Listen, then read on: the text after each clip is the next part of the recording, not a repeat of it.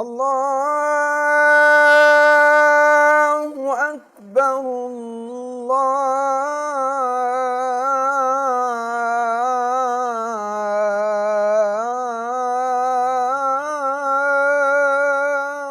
اکبر۔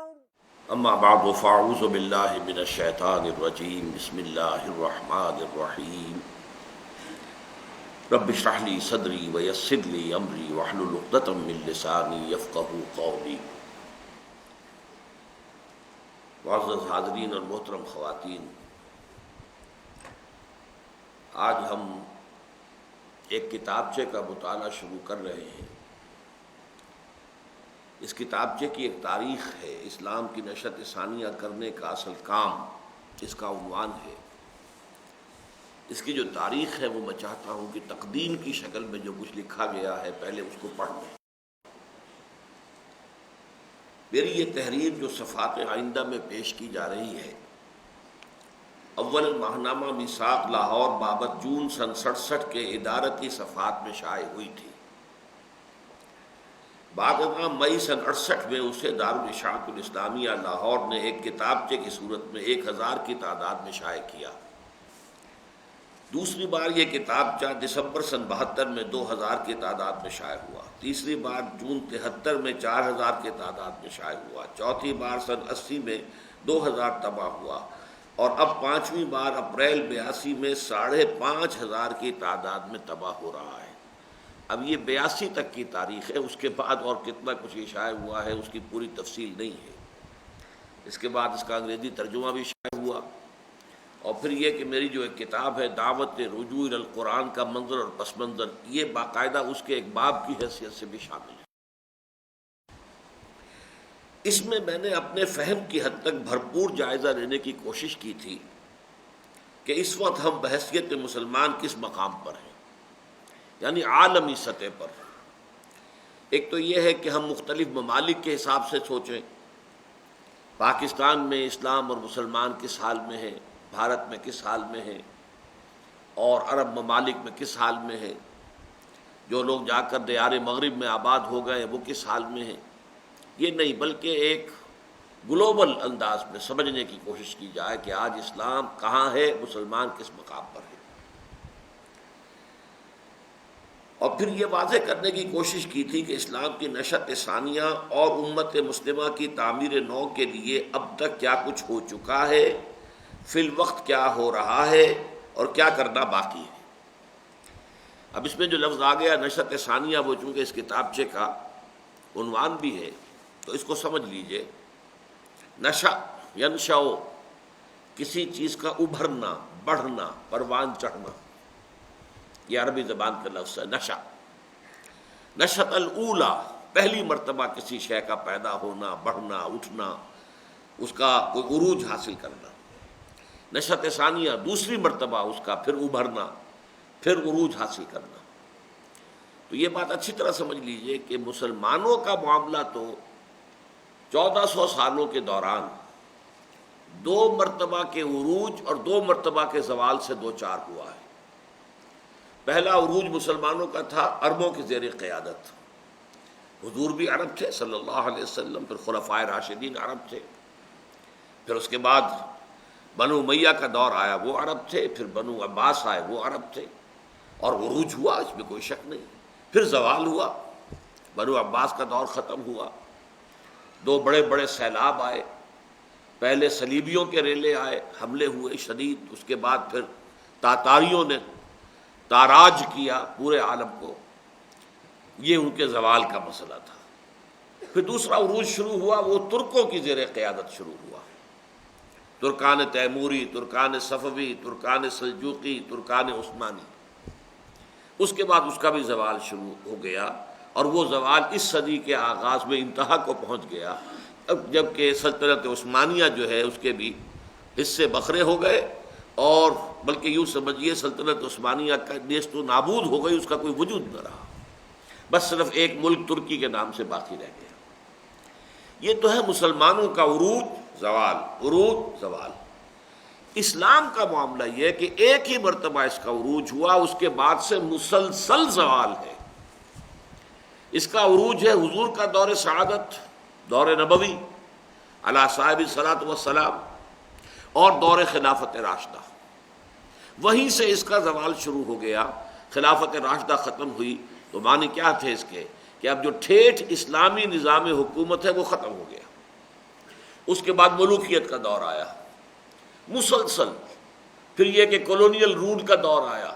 تو اسلام کا معاملہ یہ کہ ابھی ایک ہی مرتبہ یہ ابھرا تھا، اس کے بعد سے مسلسل زوال سے دو چار ہے، البتہ اب اس کے نشأت ثانیہ کے آثار ہے، اب اس کا امکان ہے، نظر آ رہا ہے اور محسوس ہوتا ہے کہ تاریخ ادھر جا رہی ہے کہ اسلام کی نشأت ثانیہ ہوگی، دوسری مرتبہ اس میں ابھار آئے گا، اس کو عروج حاصل ہوگا اور اس کو جو ہے دنیا کے اندر غلبہ اور استیلاء حاصل ہوگا۔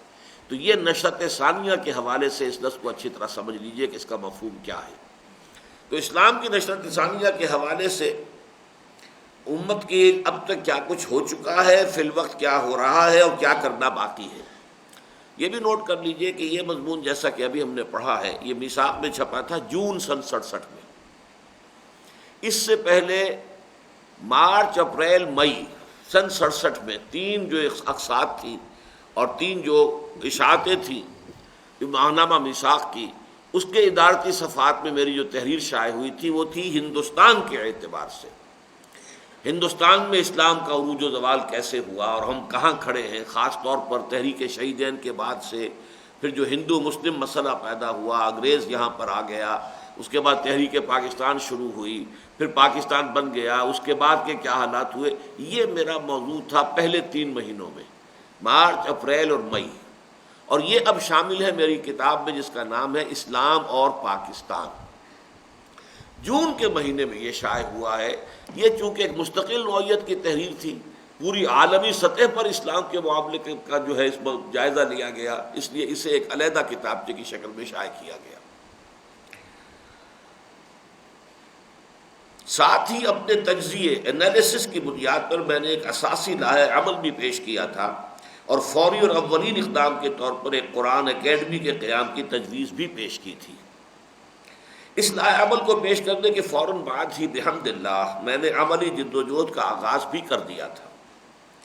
چنانچہ 5 سال کی محنت کے دوسرے بہت سے ثمرات کے ساتھ ساتھ ایک نتیجہ یہ بھی سامنے آیا کہ اس نہج پر باقاعدہ اجتماعی جد و جہد اور خصوصاً قرآن اکیڈمی کے مجوزہ خاکے کو عملی صورت دینے کے لیے سن 72 میں مرکزی انجمن خدام القرآن لاہور کا قیام عمل میں آ گیا، جس کی قرارداد تاسیس، میمورنڈم اور اغراض و مقاصد میں ان تجاویز کو بالکلیہ سمو لیا گیا اور اس سے گویا اس کے اساسی منشور یعنی مینیفیسٹو کی حیثیت حاصل ہو گئی ہے۔ 15 سال کی مدت میں اس میں کوئی شک نہیں کہ وقت کے دریا میں بہت سا پانی بہہ چکا ہے اور اب تو مزید 20 سال گزر چکے ہیں۔ آج یہ سن 82 کی تحریر ہے تو 19 برس اور مزید گزر چکے ہیں، حالات بہت کچھ بدل گئے ہیں، تاہم کچھ اس بنا پر کہ میرے نزدیک حالات میں بنیادی تغیر کوئی نہیں ہوا، اور کچھ اس وجہ سے کہ اب اس تحریر کی حیثیت ایک تاریخی دستاویز کی ہے، اسے بغیر کسی ترمیم کے شائع کیا جا رہا ہے۔ یہ ایک ڈاکومنٹ ہے، اب ایک دستاویز ہے، اس کو اصلی شکل کے اندر ہی رہنا چاہیے، بجز اس کے کہ اس کے آخری 2 صفحات کی عبارت میں کچھ اختصار کر کے مجوزہ قرآن اکیڈمی کے ضمن میں پیش رفت کا جائزہ پیش کر دیا گیا ہے۔ یہ تھی میری تحریر اپریل سن 82 کی۔ اب اس سے پہلے کہ ہم آگے بڑھیں میں چاہتا ہوں کہ اگرچہ اس پہ اندیشہ ہے کہ در مدح خود می گویم میرے اوپر الزام لگایا جائے گا کہ یہ اپنی تعریف خود کر رہے ہیں، لیکن چونکہ اب میں اس کو کتابچے کو آپ کے سامنے وضاحت کے ساتھ پیش کرنے والا ہوں تو میں چاہتا ہوں کہ ضروری باتیں آپ سمجھ لیں۔ میرے اس مضمون کے اعتبار سے میرے لیے سب سے زیادہ دل خوش کن بات جو آئی وہ میرے چھوٹے بھائی جو اس وقت head of the department of philosophy ہیں پنجاب یونیورسٹی میں، ڈاکٹر ابصار احمد، یہ اس وقت ایم اے کر چکے تھے اور انگلینڈ جا رہے تھے ڈاکٹریٹ کے لیے۔ یہ رسالہ انہی دنوں میں چھپا تھا، یہ ساتھ لے گئے۔ کچھ دنوں کے بعد ان کا مجھے خط ملا کہ میں جب سے یہاں آیا ہوں اس مضمون کا 6 مرتبہ مطالعہ کر چکا ہوں اور مجھے ہر مرتبہ اس میں نئی چیزیں ملی ہیں اور نئی رہنمائی مجھے اس سے حاصل ہوئی۔ تو مجھے خوشی ہوئی کہ اچھا ایک ذات راہ لے کر گئے ہیں، برطانیہ میں رہیں گے، وہاں کے ماحول میں رہیں گے، اگر اس مضمون نے انہیں کچھ متاثر کیا ہے تو امید ہے کہ وہاں کی فضا کے منفی اثرات سے انشاءاللہ محفوظ رہیں۔ اس کے بعد دوسری اس کے بارے میں جو رائے میرے سامنے آئی، اور اس کو میں جھجکتے ہوئے آپ کے سامنے رکھ رہا ہوں، اس لیے کہ وہی بات ہو جائے گی کہ میں اپنی ایک شے کی تعریف آپ کے سامنے رکھ رہا ہوں۔ پروفیسر یوسف سلیم چشتی مرحوم، جن کا مطالعہ بے پناہ تھا، اور جنہوں نے یوں سمجھیے کہ ساری زندگی چونکہ شادی کی نہیں، گھر گرہستی کا تو کھکیڑ بول نہیں لیا، تو پڑھنا پڑھانا لکھنا لکھانا ہی ان کا پوری زندگی کے اندر جو ہے سلسلہ رہا۔ انہوں نے جب یہ مضمون پڑھا تو انہوں نے مجھ سے کہا کہ پورے ہندوستان اور پاکستان میں پچھلے 50 سال کے دوران جو دینی تحریریں شائع ہوئی ہیں دینی جرائد میں، وہ میں نے سب پڑھی، لیکن میں نے آج تک اس جیسا جامع اور اتنا گہرا مضمون کوئی نہیں دیکھا۔ یہ ان کی تعریف تھی، اور تعریف صرف زبانی انہوں نے نہیں کی، اس پر ایک مقالہ لکھ دیا، اس کی تائید میں، تصویب میں، تحسین میں مقالہ لکھا۔ تو میں نے جب پہلی مرتبہ کتابچے کی شکل میں سے شائع کیا تو اپنی تحریر کے ساتھ ان کا مقالہ بھی شائع کر دیا۔ اس پر جو پھر ایک تبصرہ ہوا تھا اس زمانے میں، آپ نے شاید نام سنا ہو، بہت سے حضرات واقف نہ ہوں گے، مولانا عبد الماجد دریابادی رحمۃ اللہ علیہ، ایک بڑی عظیم شخصیت، دینی اعتبار سے اور علمی اعتبار سے اور صحافی اعتبار سے وہ صدق و صدق جدید، یہ یوں سمجھیے پورے ہندوستان میں جو ہے اس کا مانا جاتا تھا کہ ایک بڑا معیاری یہ جریدہ ہے، اور ان کا ایک مقام ہے پوری تاریخ کے اندر۔ انہوں نے ان دونوں چیزوں کے بارے میں لکھا، یہ میں آپ کو پڑھ کر سنا رہا ہوں، یہ اس کتاب میں نے شائع کر دیا تھا، دعوت رجوع القرآن کا منظر اور پس منظر۔ دونوں مقالے ماہنامہ میثاق لاہور میں قسط وار نکل چکے ہیں، یعنی میرا مقالہ بھی اور چشتی صاحب کا بھی۔ دونوں کا موضوع نام سے ظاہر ہے، دونوں فکر انگیز ہیں، اور ایک طرف جوش و اخلاص اور دوسری طرف دانش اور باریک بینی کے مظہر ہیں۔ مرض کی تشخیص اور تدبیر علاج دونوں میں دیدہ ریزی سے کام لیا گیا ہے۔ تشخیص اور علاج اناڑیوں اور عطائیوں کا سا نہیں ہے، رسالہ ہر پڑھے لکھے کے ہاتھ میں جانے کے قابل ہے۔ یہ تحسین تھی کہ جو مولانا عبد الماجد دریابادی رحمۃ اللہ علیہ نے اس مضمون کی۔ بہرحال یہ چند باتیں میں نے چاہا کہ آپ کے سامنے آ جائیں۔ اب ہم اس کا آغاز کر رہے ہیں۔ اس کی پہلی بحث ہے فکر مغرب کا ہماگیر استیلا۔ اب چونکہ شکایت یہ ہے کہ یہ بڑی مشکل زبان میں یہ مضمون لکھا گیا ہے، تو یہ پہلا عنوان ہی جو ہے اس میں استیلا کا لفظ جو ہے بہت سے لوگوں کے لیے ایک الجھن پیدا کرنے کا سبب بنتا ہے۔ استیلا کیا ہے؟ دیکھیے، ولی جو ہے واو لام یا، اس سے ایک بنتا ہے ولیٌ، اولیاء جس کی جمع اولیاء اللہ، ولی اللہ، اس سے اسم بنتا ہے ولایت، اسی سے ایک لفظ بنتا ہے والی۔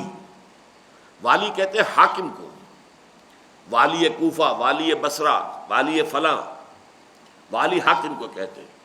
اس سے اسم بنتا ہے ولایت، واو کے زبر کے ساتھ، اور اس سے باب استفعال کا مصدر بنتا ہے استیلا، اصل میں استولا ہے، واو جو ہے وہ یہ کی شکل اختیار کر گیا، تو استیلا کسی جگہ پر غالب آ جانا، حاکم ہو جانا، وہاں پر اس کا تمکن ہو جانا، یہ استیلا کے معنی ہے۔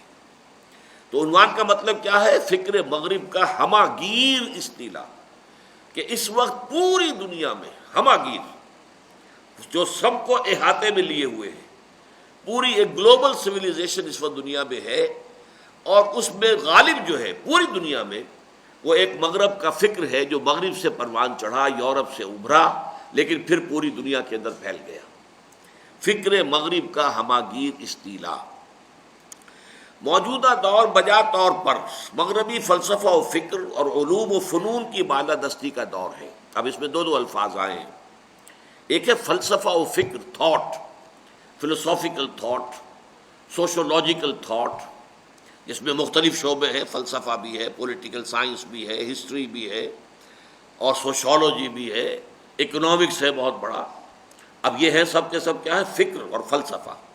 پھر علوم و فنون جو ہے وہ ہے سائنسز، ٹیکنالوجی، فزکس ہے، کیمسٹری ہے، بایولوجی ہے، پھر فزکس اور کیمسٹری کے تحت پھر جو بھی اکتشافات ہوئے، جو ایجادات ہوئیں، جو ایکسپلوژن ہوا معلومات کا، تو ان دونوں چیزوں کے ساتھ ساتھ رکھیے، ایک ہے فلسفہ و فکر اور ایک ہے علم، علوم اور فنون۔ تو موجودہ دور بجا طور پر مغربی فلسفہ و فکر اور علوم و فنون کی بالادستی کا دور ہے، اور آج پورے کرۂ ارضی پر اس کو نوٹ کیجئے، انڈر لائن کیجئے، پورے کرۂ ارضی پر مغربی افکار و نظریات اور انسان اور کائنات کے بارے میں وہ تصورات پوری طرح چھائے ہوئے ہیں جن کی ابتدا آج سے تقریباً 200 سال قبل یورپ میں ہوئی تھی، اور جو اس کے بعد مسلسل مستحکم ہوتے اور پروان چڑھتے چلے گئے۔ یعنی یہ جو فکر ہے اور جو فلسفہ ہے اور جو سائنس ہے اور ٹیکنالوجی ہے، یوں سمجھیے کہ آغاز یورپ سے ہوا، اس میں کوئی شک نہیں۔ یہ دوسری بات ہے کہ ہم خاص طور پر اپنے اطمینان کے لیے یہ کہہ سکتے ہیں کہ یورپ کو یہ سارے علوم ہم نے دیے تھے۔ جس زمانے میں کہ مسلمانوں کا عروج تھا دنیا میں، دور خلافت بنو عباس، تو یورپ جو ہے اس وقت ڈارک ایجز، وہ خود کہتے ہیں کہ وہ تو ازمنہ مسلمہ، ڈارک ایجز تھے ہمارے۔ وہاں سائنس کی تعلیم ممنوع تھی، فلسفے کی تعلیم ممنوع تھی، پوپ کا زبردست نظام قائم تھا جس کی طرف سے حرام قرار دیا گیا تھا سائنس کا پڑھنا اور فلسفے کا پڑھنا۔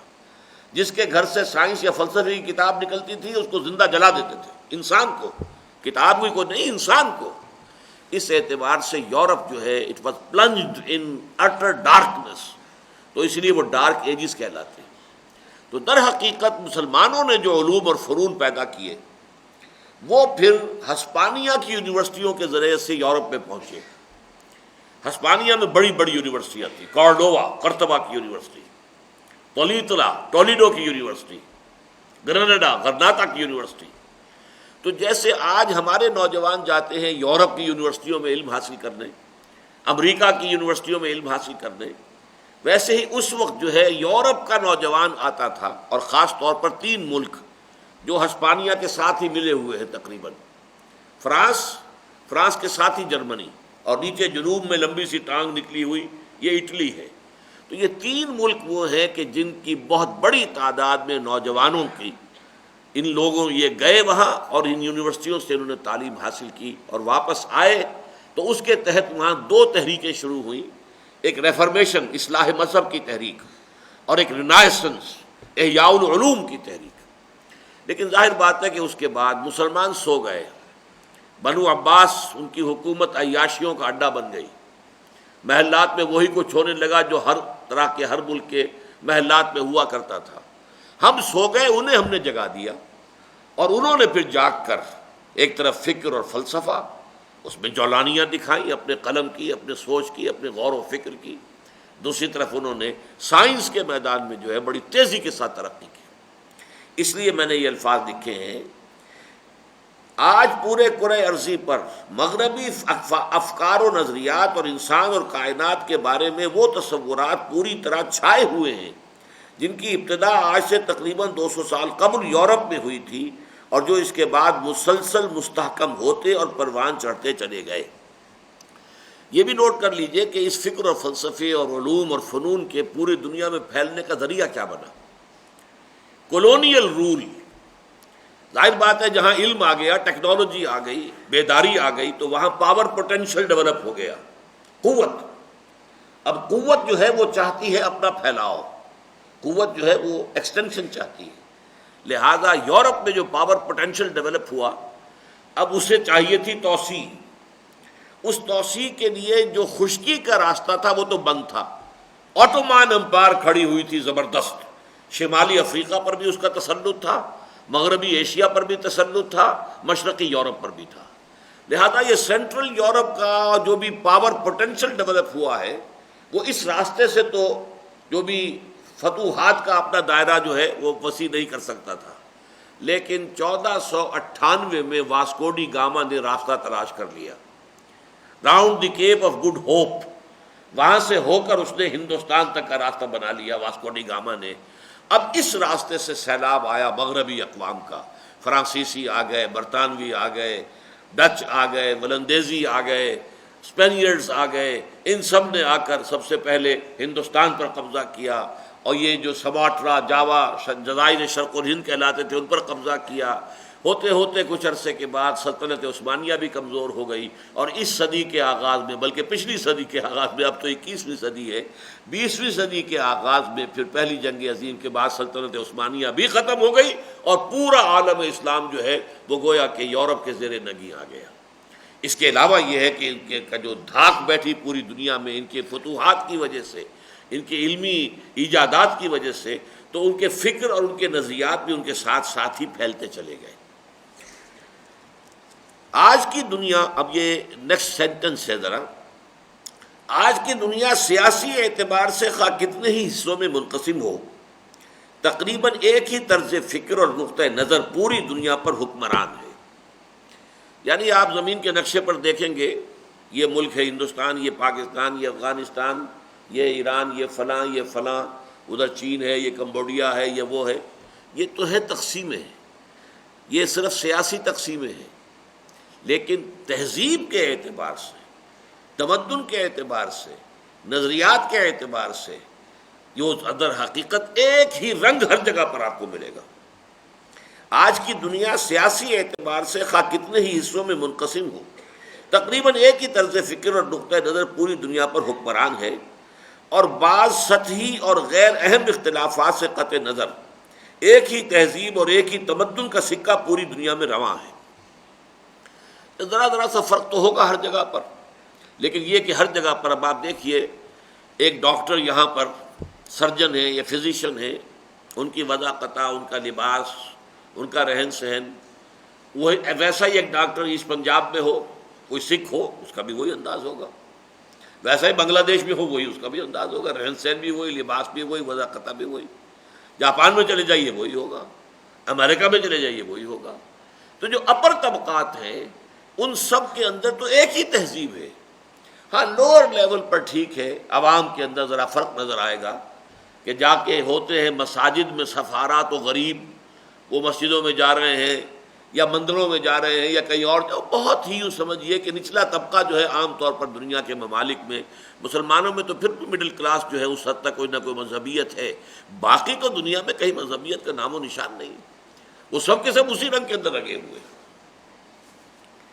کہیں کہیں منتشر طور پر کوئی دوسرا نقطۂ نظر اور طرز فکر اگر پایا بھی جاتا ہے تو اس کی حیثیت زندگی کی اصل شاہراہ سے ہٹی ہوئی پگڈنڈی سے زیادہ نہیں ہے، ورنہ مشرق ہو یا مغرب، ہر جگہ جو طبقے قیادت و سیادت کے مالک ہیں، جنہیں آپ ایلیٹ کہتے ہیں، جو ایلیٹ کلاس ہے آپ کی، ہر جگہ جو طبقے قیادت و سیادت کے مالک ہیں، جن کے ہاتھوں میں اجتماعی زندگی اور اس کے جملہ متضمنات کی اصل زمام کار ہے، وہ سب کے سب بلا استثناء ایک ہی رنگ میں رنگے ہوئے ہیں۔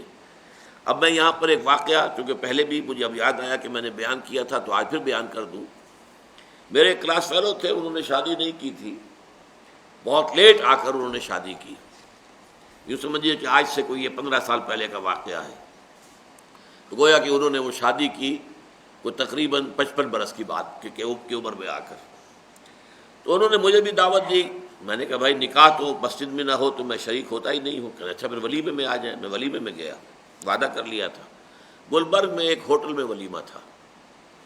وہاں جو میں نے رنگ دیکھا، مخلوط میٹنگ، عورتوں کے لباس عریاں، ان کا میک اپ، جو بھی ان کا انداز تھا، مرد و زن کا اختلاط، پھر دیر لگ رہی ہے، حالانکہ وہ تھا تو عصرانہ عصر کی نماز کے قریب ہو جانا چاہیے تھا، لیکن وہ لڑکی والے گجرا والے سے آنے تھے، وہ نہیں آئے، لہذا تاخیر ہو رہی ہے۔ میں نے کہا بھائی مجھے اب چھٹی دو، مغرب کا وقت ہو گیا۔ نہیں یہی نماز کا انتظام کرتے ہیں۔ نماز کا انتظام کیا گیا، چادریں منگائی گئیں، بچھائی گئیں، بڑا اہتمام ہوا، لیکن اس میں 3 آدمی اس بھرے مجمع میں سے، 300-400 آدمی اور عورتیں وہاں تھیں، 3 آدمی مغرب کی نماز کے لیے کھڑے ہوئے، ایک میں، ایک وہ دولہا میاں، اور وہ بھی مجھے گمان یہ تھا کہ بغیر وضو کے کھڑے ہو گئے، صرف میرے احترام میں۔ ایک صاحب اور نکل کے آئے۔ اس وقت مجھے احساس ہوا کہ یہ واگہ ہم سے کتنی دور ہے، 14 میل 15 میل ہوگا، اتنی ہی دور اس میں واگے سے امرتسر ہے، اگر اسی وقت امرتسر میں بھی کسی ڈاکٹر کی کوئی شادی کی دعوت ہو رہی ہو تو بعین ہی یہی رنگ ہوگا، سرے سے کوئی فرق نہیں، لباس کا، نشست و برخاست کا، انداز کا، مخلوط ایک نشست ہونے کے اعتبار سے. اور نماز مغرب کی، باقی نمازوں کے بارے میں تو ہوتا ہے ذرا تھوڑی دیر سے پڑھ لیں گے کوئی بات. مغرب کی نماز کا تو آپ کو معلوم ہے کہ جس شخص کو ذرا بھی نماز کے ساتھ مس ہوتا ہے وہ مغرب کی نماز کے بارے میں بہت حساس ہوتا ہے. اور مغرب کی نماز میں اس بھرے مجمع میں سے صرف 3 آدمی نکلے، اور وہ بھی اس لیے جو میں نے شور بجایا تھا کہ پھر مجھے اجازت دو میں جا کے نماز پڑھنی ہے، تو اس کا اہتمام کیا گیا، ورنہ کوئی سوال نہ. یہ ہے اس تہذیب کی، یوں سمجھیے کہ یک رنگی، کہ اس وقت کا میرا احساس بڑا شدید تھا کہ اس وقت اسی طرح کی کسی شادی کی میٹنگ اگر ہو رہی ہو، تقریب ہو رہی ہو امرتسر میں، تو بعین ہی یہی رنگ ہوگا، کوئی فرق نہیں ہوگا.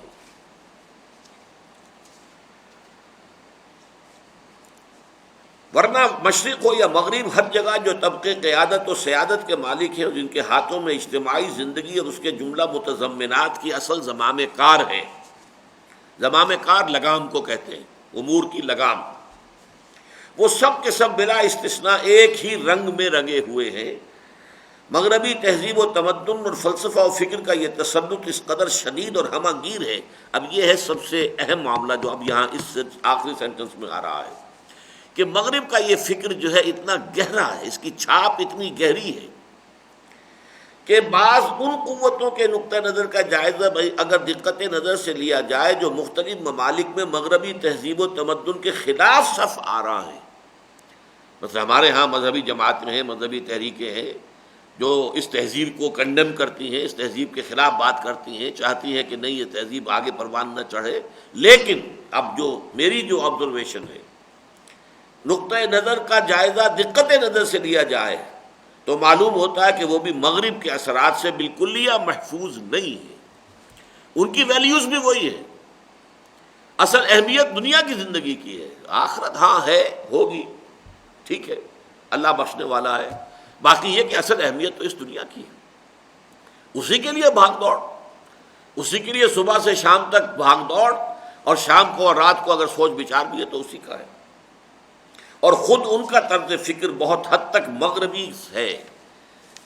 اب آئیے بنیادی نقطہ نظر جس سے ابھی ہم نے ایک مبہم سی اصطلاح میں بیان کیا ہے، مغرب کا فلسفہ اور فکر. اس کا بنیادی نقطہ نظر کیا ہے؟ تہذیب جدید کی بنیاد میں جو فکر کام کر رہا ہے وہ نہ تو کوئی ایک دن میں پیدا ہو گیا ہے اور نہ ہی کوئی سادہ اور بسیط شے ہے. اس سے پہلے ذرا میری ایک تمثیل اور سن لیجئے. جو میں نے کہا کہ ہر ملک کے اندر جو اونچے طبقات ہیں وہ ایک ہی تہذیب ہے، البتہ نچلے طبقات کے اندر آپ کو فرق نظر آ جائے گا. ہندو نے دھوتی باندھی ہوئی ہے، مسلمان نے جو ہے وہ پاجامہ پہنا ہوا ہے، شلوار پہنی ہوئی ہے، یہ نظر آ جائے گا. ایلیٹ کلاس سب پینٹ میں ہے، ان کا لباس جو ہے وہ تو وہی ہے جو مغرب سے آیا ہے، چاہے وہ ہندو ہو، سکھ ہو، پاکستانی ہو، کوئی ہو، کسے باشد، عرب ہو یا کوئی ہو. تو اس کے لیے ایک تمثیل میں نے دی تھی جو اب ذہن میں آئی ہے کہ دیکھیے روئے ارضی پر، زمین پر تو آپ کو بڑا فرق نظر آئے گا. کہیں پہاڑ ہے اونچا، کوہ ہمالیہ جو ہے کئی میل سطح سمندر سے اونچا کھڑا ہوا، کہیں بالکل لقودق صحرا ہے، کہیں بڑے گھنے جنگلات ہیں، ایمیزون کا طاس اور کانگو کا طاس اور اس کے جنگلات، کہیں سمندر ہے. تو یہ ساری جو ہے فرق اور تفاوت زمین پر ہے. اوپر جائیے تو فضا جو ہے وہ ایک ہی فضا ہے کہ جو پورے گلوب کو اس نے انگلف کیا ہوا ہے، ایک ہی اس کے اندر لپیٹ میں پوری دنیا ہے. وہاں کوئی فرق نہیں، فضا ایک ہی ہے. وہ بھارت ہو، وہ پاکستان ہو، وہ ایران ہو، وہ اور آگے چلے جائیں، فضا تو وہی ہے. اسی طریقے سے جو ہمارے ایلیٹ طبقات ہیں ان کا فکر، ان کی سوچ، ان کا نقطہ نظر اور ان کا رہن سہن، ان کی وضاحت، یہ سب کی سب جو ہے یہ مغربی رنگ میں رنگی ہوئی ہے. تہذیب جدید کی بنیاد میں جو فکر کام کر رہا ہے وہ نہ تو کوئی ایک دن میں پیدا ہو گیا اور نہ ہی کوئی سادہ اور بسیط شے ہے، بلکہ ان 150-200 سالوں کے دوران فلسفے کے کتنے ہی مکاتب فکر یورپ میں پیدا ہوئے اور کتنے ہی زاویہ ہائے نگاہ سے انسانوں نے انسان اور انسانی زندگی پر غور و فکر کیا. لیکن اس پورے ذہنی و فکری سفر کے دوران ایک نقطۂ نظر جو مسلسل پختہ ہوتا چلا گیا اور جسے بجا طور پر اس پورے فکر کی اساس قرار دیا جا سکتا ہے، وہ یہ ہے کہ اس میں خیالی اور ماورائی تصورات کے بجائے ٹھوس حقائق و واقعات کو غور و فکر اور سوچ بچار کا اصل مرکز و محور ہونے کی حیثیت حاصل ہے۔ اب اس بات کو سمجھ لیجئے، چشتی صاحب نے جب مقالہ لکھا تھا میری اس تحریر کی تائید میں، تو 11 فلسفے گنوائے تھے کہ تم نے جو لکھا ہے کہ بہت سے مکاتب فکر پیدا ہوئے، 11 فلسفوں کے نام انہوں نے گنوائے۔ یہ سب اگرچہ نام علیحدہ، لاجیکل پازیٹیوزم ہے اور اس کے اندر امپیریسزم ہے اور ریئلزم ہے، بے شمار ہے، لیکن در حقیقت ان کا نقطہ نظر وہی ہے جو تم نے بیان کیا ہے، وہ اس میں مشترک ہے یقین اس حد تک۔ اور وہ نقطہ نظر کیا ہے کہ چاہے ان کے نام مختلف ہیں، برانڈ مختلف ہیں، اصل شے کیا ہے کہ اس میں جو ٹھوس چیز ہو، یعنی جو ہمارے حواس خمسہ کی گرفت میں آ جائے، جسے ہم دیکھ سکیں، جسے ہم سن سکیں، جسے ہم چکھ سکیں، جسے ہم چھو سکیں، جسے ہم سونگھ سکیں، یہ چیزیں ہیں کہ جو ریئل ہیں، حقیقی ہیں، تو ساری توجہ ان پر مرکوز۔ باقی وہ چیزیں کہ جو ماورائی ہیں، میٹا فزیکل ہیں، جو ہمارے حواس کے دائرے سے باہر ہیں، وہ ہیں یا نہیں ہیں، ہوں گی، چلو ہوں گی مان لیتے ہیں، لیکن یہ کہ اس سے فرق کیا پڑتا ہے، لیکن یہ تو ہے نا، یہ ٹھوس چیزیں تو ہیں۔ اب اس اصول کے تحت دیکھیے، میں نے 3 چیزوں کے مقابلے میں 3 چیزیں گنوائی۔ چنانچہ خدا کے بجائے کائنات، روح کی بجائے مادہ، اور موت کے بعد کسی زندگی کے تصور کے بجائے حیات دنیاوی کو اصل موضوع بحث قرار دیا گیا۔ بھائی خدا ہے یا نہیں ہے، ہوگا، چلو مان لیتے ہیں، کسی نے دیکھا نہیں، کسی نے سنا نہیں، جو مانتے ہیں وہ بھی کہتے ہیں وراء الورا ہے، ثم وراء الورا ہے، ثم وراء الورا ہے، اس کا نہ کوئی تخیل کر سکتے ہیں نہ تصور کر سکتے ہیں، تو چھوڑو، ہوگا، یہ کائنات تو ہے نا، اس میں تو کوئی شک نہیں، the universe is the reality۔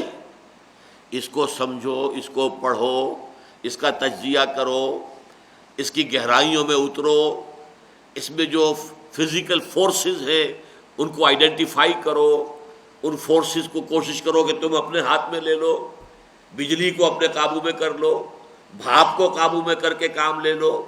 آخر یہ چیزیں ہیں جو حقیقی ہیں، جو واقعی ہیں، جن کے بارے میں شک نہیں ہو سکتا، جن کے بارے میں اختلاف نہیں ہو سکتا۔ اللہ ہوگا، ٹھیک ہے، کوئی مان لے تو کیا اور نہ مانے تو کیا، لیکن کائنات تو ہے نا، لہذا ہماری اصل توجہ اس یونیورس پر ہوگی۔ اسی طرح بھئی یہ روح کوئی شے ہے یا نہیں ہے، کیا پتہ، کس نے دیکھی، کوئی پتہ نہیں، یہ جسم تو ہے نا، یہ تو ہے، یہ تو حقیقت ہے، ٹھوس ہے، یہ جسم کی فکر کرو، بدن کی فکر کرو، باقی روح جو ہے وہ اگر ہے، کوئی مانتا ہے، کوئی روحانیت کا کوئی کسی نے جو ہے راگ الاپا ہے، ہوگا بھائی، لیکن ہمیں دلچسپی نہیں ہے، ہو سکتا ہے کہ ہو، لیکن کوئی یقین کے ساتھ نہیں کہہ سکتے۔ اسی طرح حیات اخروی، اچھا ایک اور زندگی بھی ہوگی، کیا پتہ، ٹھیک ہے، کہتے ہیں کچھ لوگ کہ ہوگی، شاید ہو، لیکن وہ تو شاید کے درجے میں ہے، یہ زندگی تو ہے نا، یہ تو ہے، یہ واقعہ ہے۔ اس زندگی کو سنوارو، اس زندگی کو بہتر کرو۔ لہذا سب سے اونچا نصب العین کیا بن گیا؟ ویلفیئر اسٹیٹ، ویلفیئر ہونی چاہیے، بہبود عوام ہونی چاہیے، یہاں پر جو ہے وہ منصفانہ نظام ہونا چاہیے، ساری توجہ اس دنیا کو سنوارو۔ اس کے لیے پولیٹیکل سائنس کا فن ایجاد ہو گیا، اس کے لیے اکنامکس کا فن ایجاد ہو گیا، اس کے لیے سوشیولوجی کے فن ایجاد ہو گئے۔ یہ سارے کس لیے تھے؟ تاکہ اس حیات دنیاوی کو منظم کیا جائے، اس کے لیے انسٹیٹیوشنز بنائے جائیں، ساری توجہ حیات اخروی ہوگی، کیا پتہ، اب تو آرام سے گزرتی ہے، آخرت کی خبر خدا جانے۔ تو یوں سمجھیے کہ خدا، روح اور حیات اخروی، یہ تینوں تو ہو گئے، گویا کہ ہے یا نہیں ہے، چلو ہوگا، نہیں ہے، ہو سکتا ہے نہ ہو، چھوڑو اس بات کو۔ ساری توجہ کس پر ہوگی؟ کائنات پر۔ کائنات کا مطالعہ کرو، فزکس کے ذریعے سے، کیمسٹری کے ذریعے سے، اسٹرانومی کے ذریعے سے، بایولوجی کے ذریعے سے، یہ تو حقیقت ہے نا، واقعہ ہے۔ اس بدن کی فکر کرو، اس کی اناٹومی، اس کی فزیولوجی، اس کی پیتھولوجی، اس کے لیے سارے امراض کیا ہوتے ہیں، کس طرح آتے ہیں، اس کو ٹھیک کرنے کی کوشش کرو، اور اس حیات دنیاوی کا بہتر سے بہتر نظام، جو کہ عمدہ سے عمدہ نظام ہو، اس کو قائم کرنے کی کوشش کرو بس۔ تو توجہ کا مرکز یہ تین چیزیں ہو گئیں، کائنات، جسم اور حیات دنیاوی، اور تین چیزیں جو ہیں وہ ہماری توجہ کے فوکس سے نکل گئیں، اللہ اور روح اور حیات اخروی۔ اگلا جملہ پڑھیے۔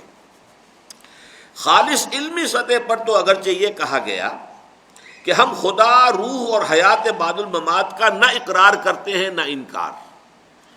دیکھیے یہ ہے ایگزیکٹ سائنٹیفک پوزیشن۔ سائنسدان خدا کا انکار کبھی نہیں کرے گا اگر ہی از اے ٹرو سائنٹسٹ، اس لیے کہ خدا کا معاملہ اس کے دائرہ تحقیق سے باہر ہے، اس کے بارے میں وہ کوئی رائے نہیں دے گا، نہ مثبت دے گا نہ منفی، نہ یہ کہے گا کہ خدا ہے نہ یہ کہے گا کہ نہیں ہے۔ اس کے تجربے میں وہ نہیں آ رہا، اس کی لیبارٹری میں نہیں آ رہا، اس کے جو بھی تحقیق کا دائرہ ہے اس سے اس کا تعلق ہی نہیں، لہذا وہ کہیں گے کہ ہم نہ تو تردید کرتے ہیں اور نہ اس کی توثیق کرتے ہیں، نہ ہم یہ کہہ سکتے ہیں کہ ایسا ہے، نہ ہم یہ کہہ سکتے ہیں کہ نہیں ہے۔ روح ہے یا نہیں ہے، سائنسدان یہ کہے گا ہمیں نہیں معلوم، ہم نہیں جانتے۔ تو علمی بات تو یہ ہوگی، کوئی آخرت، کوئی اور زندگی ہے یا نہیں ہے، ہم نہ انکار کرتے ہیں نہ ہم اس کی تصدیق کرتے ہیں، اس لیے کہ وہ ہمارے جو تحقیق کا دائرہ ہے، ہماری جو ریسرچ کا دائرہ ہے، اس سے باہر ہے، تو ہماری ریسرچ وہاں تک جا ہی نہیں سکتی، تو ہم اس کے بارے میں نہ کوئی منفی بات کریں گے نہ مثبت۔ یہ ہے ٹھیٹ سائنٹیفک ایٹیچیوڈ ان چیزوں کے بارے میں۔ خالص علمی سطح پر تو اگرچہ یہ کہا گیا کہ ہم خدا، روح اور حیات بعد الممات کا نہ اقرار کرتے ہیں نہ انکار، لیکن اس عدم اقرار و انکار کا نتیجہ بہرحال یہ نکلا کہ یہ تصورات رفتہ رفتہ بالکل خارج از بحث ہوتے چلے گئے، اور انسان کے سارے غور و فکر اور تحقیق و تجسس کا مرکز و محور کائنات، مادہ اور حیات دنیاوی بن کر رہ گئے، جس کا منظر آپ دیکھتے ہیں کہ ہمارے عوام کہتے ہیں جی ہمارا مولوی جو ہے وہ تو ابھی تک استنجے کے ڈھیلے ہی گنتی کے اندر ہے، کتنے ڈھیلے ہونے چاہیے کتنے نہیں ہونے چاہیے، انہیں دیکھو یہ آسمان پر پہنچ گیا، یہ چاند پر ہوا ہے، تو گویا کہ ثبوت اب اس کا ہو رہا ہے کہ ترقی تو انہوں نے کی ہے۔ اب کوئی خدا کا دھیان کر رہا ہے، مراقبہ کر رہا ہے، لو لگا رہا ہے، محبت کر رہا ہے اللہ سے، یہ بیکار کی بات ہے۔ کیا حاصل اس سے؟ نہ دنیاوی ترقی، نہ اس سے خود ان کو کوئی فائدہ، نہ قوم کو فائدہ، نہ ملک کو فائدہ، نہ انسانیت کو فائدہ۔ فائدہ تو دیکھو پینسلین جس نے ایجاد کی ہے تو وہ کتنا بڑا محسن ہے انسانوں کا، کتنے لوگ جو ہے اس انفیکشن سے نجات پا گئے اس پینسلین کے ذریعے سے۔ یہ ریسرچ اور یہ فاؤنڈیشن دنیا میں کام کر رہے ہیں، اصل کام تو ان کا ہے، ہمارا کیا ہے؟ یہ سارا در حقیقت اسی نقطہ نظر کا نتیجہ ہے۔ اب اگلا نقطہ، انسان کو اللہ تعالیٰ نے جن بے پناہ صلاحیتوں اور قوتوں سے نوازا ہے، وہ انہیں جس میدان میں بھی استعمال کرے نتائج بہرحال رونما ہوتے ہیں، اور ہر ڈھونڈنے والا اپنے اپنے دائرۂ تحقیق جستجو میں نئی دنیایں تلاش کر سکتا ہے۔ ڈھونڈنے والوں کو دنیا بھی نئی دیتے ہیں، علامہ اقبال نے کہا۔ پھر یہ بھی حقیقت ہے کہ جس طرح کائنات کی عظمت اور وسعت کے اعتبار سے مہر درخشاں کی حیثیت و وقت ایک ذرہ فانی سے زیادہ نظر نہیں آتی، لیکن اگر ایک ذرہ فانی کی حقیقت و ماہیت پر غور کیا جائے تو وہ بجائے خود مہر درخشاں کی عظمت و سطوت کا حامل نظر آتا ہے۔ یہ ذرا بات سمجھنے کی ہے۔ پہلی بات تو سادہ تھی، یہ صغرا کبرا ہے، اصل میں اس کا نتیجہ بعد میں نکلے گا کہ انسان جس میدان میں بھی محنت کرے گا تو اس کے اندر نئی نئی دنیایں وہ تلاش کر لے گا۔ پہلی بات یہ ہو گئی۔ دوسری بات یہ کہ اگرچہ خدا کے مقابلے میں اس کائنات کی کوئی حیثیت نہیں، لیکن بجائے خود تو کائنات ایک بہت بڑی حقیقت ہے، اس میں کیا شک ہے۔ اگرچہ روح کے مقابلے میں جسم کی کوئی حیثیت نہیں، لیکن اس میں کیا شک ہے کہ جسم ایک حقیقت ہے۔ چھوٹی سی پھنسی یہاں نکل آئے تو ساری رات آپ سو نہیں سکتے، ایک حقیقت ہے۔ اس کا دکھ اور درد جو ہے وہ بھی فوراً محسوس ہوتا ہے، اور اس کی لذت اور اس کے اندر کوئی حلاوت ہے تو وہ بھی محسوس ہوتی ہے۔ اسی طریقے سے وہ آخرت کی زندگی کے مقابلے میں یہ دنیا کی زندگی کچھ بھی نہیں، کچھ بھی نہیں، کچھ بھی نہیں، لیکن اپنی جگہ پہ یہ زندگی تو ہے، اس کی حقیقت ہے، اس کی تلخیاں ہیں، اس کی لذتیں ہیں، اس کے مسائل ہیں، اس کی پریشانیاں ہیں، اس کے پرابلمز ہیں، کون انکار کر سکتا؟ اس اعتبار سے غور کیجئے تو ایک مثال جو یہاں دی گئی ہے یہ بہت عمدہ مثال اس نظر میں آ گئی، اور اصل میں کوثر نیازی صاحب کا ایک شعر ہے جس کے حوالے سے میں نے اسے یہاں بیان کیا ہے۔ وہ شعر نیچے لکھا ہے: مہر درخشاں ذرہ فانی، ذرہ فانی مہر درخشاں۔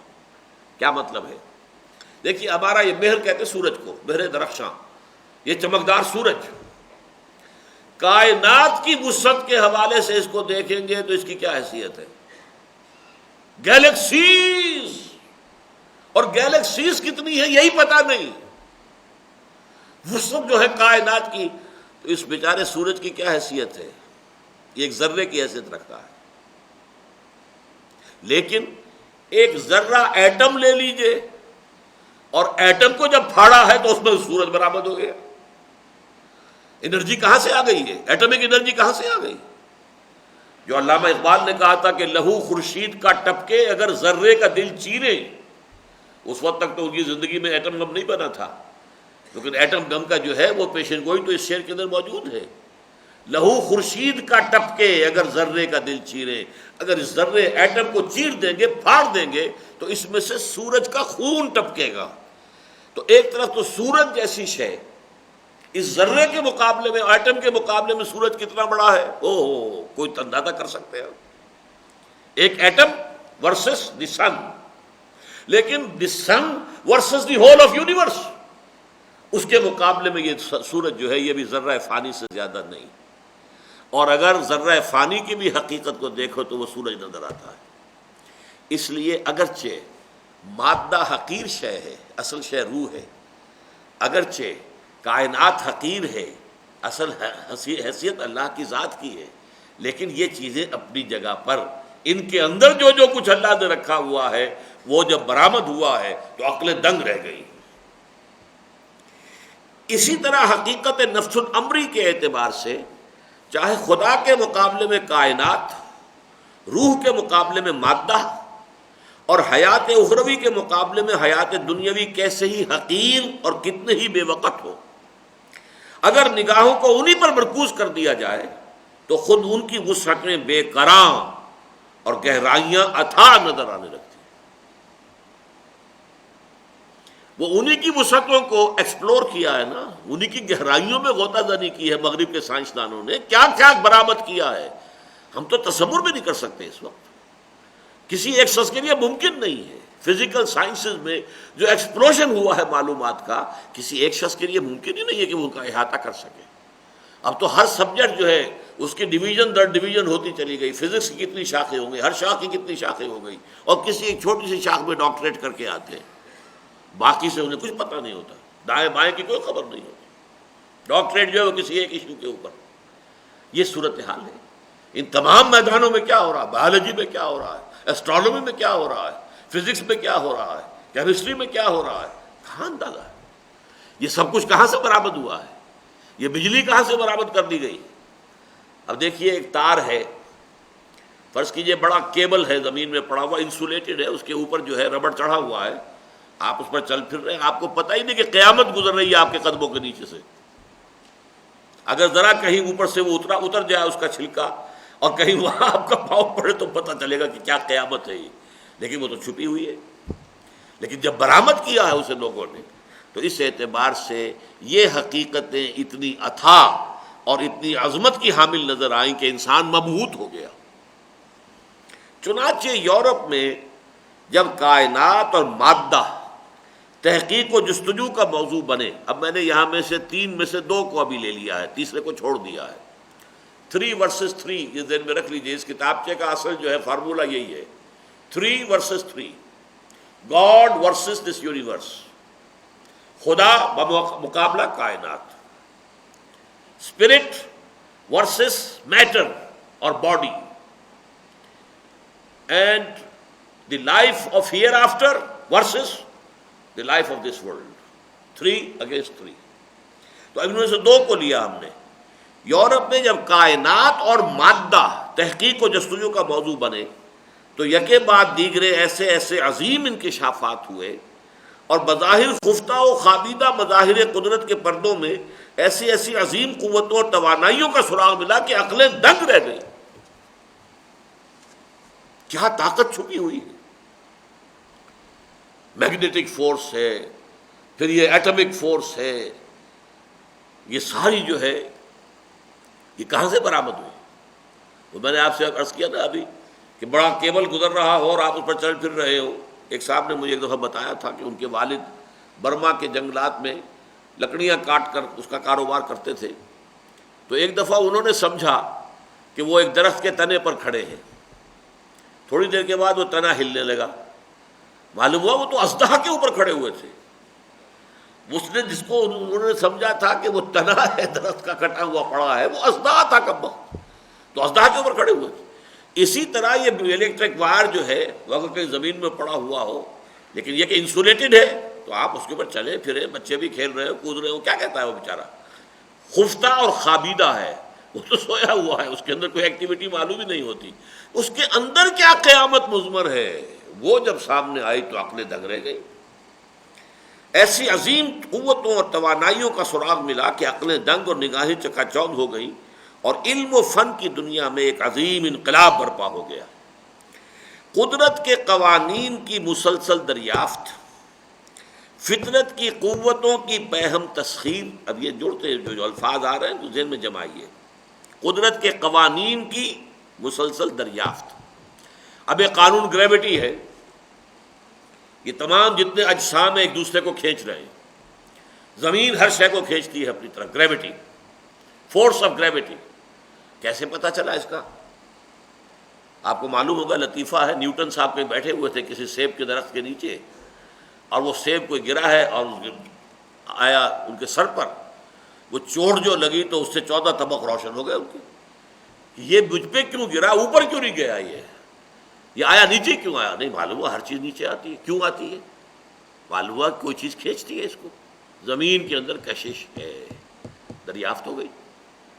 کشش زمین، گریوٹی. اسی طرح کہیں چولہے کے اوپر کوئی ہانڈی چڑھی ہوئی تھی، اس کے اوپر ڈھکنا بھی تھا. تھوڑی دیر کے بعد وہ ڈھکنا صاحب ہلنے لگے. یہ کس نے ہلایا اس کو؟ قانون تو نیوٹن کا یہ ہے، everything remains in the state of rest اور of uniform motion along a straight line unless acted upon by an external force. جب تک کہ باہر سے کوئی قوت اس سے نہ آئے، اس کو جنبش نہ دے، اس وقت تک کوئی چیز جنبش نہیں کھا سکتی. ریسٹ میں ہے تو ریسٹ میں رہے گی، چل رہی ہے تو ایک ہی موشن میں چلتی چلی جائے گی، ایک ہی اسٹریٹ لائن کے اندر. تو اب اس کو کس نے ہلایا؟ یہ جو اس کے اوپر جو ڈھکنا تھا، معلوم ہوا یہ بھاپ کی قوت ہے. پانی اندر بھاپ بن رہا ہے آگ کی وجہ سے، اور بھاپ جو ہے اس کا والیوم زیادہ ہے. معلوم ہوا کہ بھاپ کی دریافت ہو گئی. اب بھاپ کی دریافت ہو گئی، اب اس کو ہارنس کرنا تھا صرف، کہ اس جن کو جو ہے ہم استعمال کر سکیں. بھاپ ایک جن ہے، اس جن کو ہمیں استعمال کرنا ہے. لہذا انہوں نے اسٹیم انجنز بنا لیے. اللہ اللہ خیر صلی اللہ. اب آپ پانی کو ابال کر بھاپ بنا رہے ہیں، بھاپ سے انجن چلا رہے ہیں، انجن سے گاڑیاں چلا رہے ہیں. خیبر میل کٹاکٹ چلی جا رہی ہے. کس چیز سے چلی جا رہی ہے؟ وہ اس کی وہی بھاپ کا انجن تھا. خیر اب تو جو ہے ڈیزل کے انجن ہے یا اور انجن ہے، لیکن بھاپ کا انجن. تو دریافت، قدرت کے قوانین کی مسلسل دریافت، فطرت کی قوتوں کی پیہم تسخیر، ان قوتوں کو استعمال میں لانا، ٹو ایکسپلائٹ دیم، ان سے فائدہ اٹھانا. اب سٹیم کو ایکسپلائٹ کیا ہے کہ انجن کی شکل دے دی ہے اور انجن کو وہ چلا رہی ہے. اور نت نئی ایجادات و اختراعات نے ایک طرف تو یورپ کو ایک ناقابل شکست قوت بنا دیا، کیونکہ یہ سارا یورپ میں ہو رہا تھا. سارے سائنسدان وہاں پیدا ہوئے، سارے مفکر اور فلسفی پیدا ہوئے. اس وقت ہم بات جو ہے مفکر اور فلسفیوں کی نہیں کر رہے، سائنسدانوں کی کر رہے ہیں، کہ جنہوں نے کائنات اور مادے پر جو ہے تحقیق اور جستجو کا کام شروع کیا. اب یورپ میں ظاہر بات ہے بارود ایجاد ہو گیا. ہم نے تو ایجاد نہیں کیا تھا بارود، انہوں نے بھی پہلی مرتبہ جب انہوں نے استعمال کیا ہوگا بارود. تو اب آپ سوچئے کہ دوسری طرف کی فوج جس کے پاس بارودی کوئی ہتھیار نہیں ہے، وہ کیسے مقابلہ کر سکتی ہے اس کا؟ اس سے ہوتے ہوتے نوارو انہوں نے کیا کچھ ایجاد کر دیا. سیکنڈ ورلڈ وار میں ایٹمک جو ہے دھماکہ کر کے ہیروشیما جو ہے ستیہ ناش کر دیا ان کا. تو اس کا یہ نئے سے نئی جو ہے ان کو ایکسپلائٹ کیا گیا ہے. ایک طرف تو یورپ کو ایک ناقابل شکست قوت بنا دیا، اور دوسری طرف یہ اہم تر اس کا نتیجہ ہے دوسری طرف مادے کی یہ عظمت اور اس کی قوتوں کی یہ سطوت بجائے خود اس امر کی دلیل بنتی چلی گئی کہ اصل قابل التفات شے مادہ ہے نہ کہ روح، اور کائنات اور اس کے قواعد و قوانین ہیں نہ کہ خدا اور اس کی ذات و صفات۔ یہ نقطہ نظر کنفرم ہو گیا، اس لیے کہ اب جب ہم نے یہ چیز ایجاد کر لی، یہ چیز ایجاد کری، وہی جو میں کہہ رہا تھا کہ ہمارا مولوی جو ہے وہ استنجے کے ڈھیلوں کی گنتی سے ابھی نہیں نکلا اور وہ لوگ چاند پر ہوا ہے، وہ کہاں سے کہاں ان کے راکٹ پہنچ رہے ہیں، اور ہم جو ہیں وہ نور اور بشر کے چکر ہی سے نہیں نکل پائے۔ باتیں ٹھیک بھی ہے لوگوں کی، لیکن یہ کہ اس سے جو توثیق ہو گئی کہ صاحب واقعتاً اصل شے تو یہ تھی۔ ہمارے لوگ کن باتوں میں لگے رہے، کن چیزوں میں لگے رہے، ان کی تو کوئی اہمیت نہیں، انہوں نے یہ سارا کچھ انکشاف کیا، اکتشافات کیے، ایجادات کی، اور یہ ساری قوتیں جو انہیں ہارنس کیا، ان کو استعمال کیا، اور آج وہ کہاں سے کہاں پہنچ گئے۔ اب یہ تیسری بحث، عالم اسلام پر مغرب کی سیاسی و فکری یورش، یعنی اب جو ہے یورپ میں جو پاور پوٹینشل ڈیولپ ہوا تھا، جیسا کہ میں نے پہلے آپ کو وہ ہسٹوریکل بتایا، وہ پاور پوٹینشل جو ہے، وہ قوت جو ہے، وہ تو اپنی توسیع چاہتی ہے، وہ زمینی راستے سے تو آ نہیں سکتی تھی، اس لیے کہ سلطنت عثمانیہ جو ہے سینٹینل کی حیثیت سے، دربان کی حیثیت سے عالم اسلام کا، ایشیا اور افریقہ کا محافظ بن کر کھڑا ہوا تھا۔ 1492 میں سقوط غرناطہ ہوا، ہسپانیہ ختم ہوا، مسلمانوں کی حکومت 8 سالہ ختم ہو گئی۔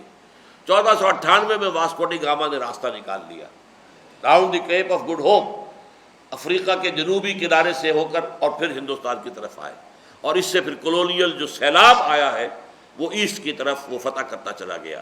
ادھر جو ہے بعد میں کولمبس گیا، اس نے امریکہ دریافت کر لیا، امریکہ کے وہاں کے اصل رہنے والوں کو مار مار کے ختم کر دیا، اور یورپ سے جا کے قومیں وہاں ساری کی ساری آباد ہو گئی۔ یہ سارا سیلاب مشرق و مغرب دونوں طرف چلا ہے۔ فطرت کی ان نو تسخیر شدہ قوتوں سے مسلح ہو کر مغرب جب مشرق پر حملہ آور ہوا تو دیکھتے ہی دیکھتے ایک سیلاب کے مانند پورے کرۂ ارضی پر چھا گیا، اور مشرقی اقوام اور ان کی عظیم سلطنتیں اور حکومتیں اس سیلاب میں ریت کے کچے گھرونوں کی مانند بہتی چلی گئی۔ کتنے انگریز آئے تھے ہندوستان میں، تجارتی کوٹھیاں بنائی تھیں، کاروبار کرنے آئے تھے، ایسٹ انڈیا کمپنی بنا کے آئے تھے، اور جس طریقے سے مٹھی بھر لوگوں نے پھر ہندوستان کو فتح کیا ہے، لارڈ کلائیو نے شکست دی ہے، اور پھر یہ کہ ایک ایک کر کے تمام جو راجے مہاراجے اور جو بھی نواب تھے سب ختم ہوتے گئے، سلطنت مغلیہ کا آخری چراغ بھی گل ہو گیا۔ اتنی عظیم مملکت ہندوستان کی، اور وہ انگریزوں نے فتح کر لی۔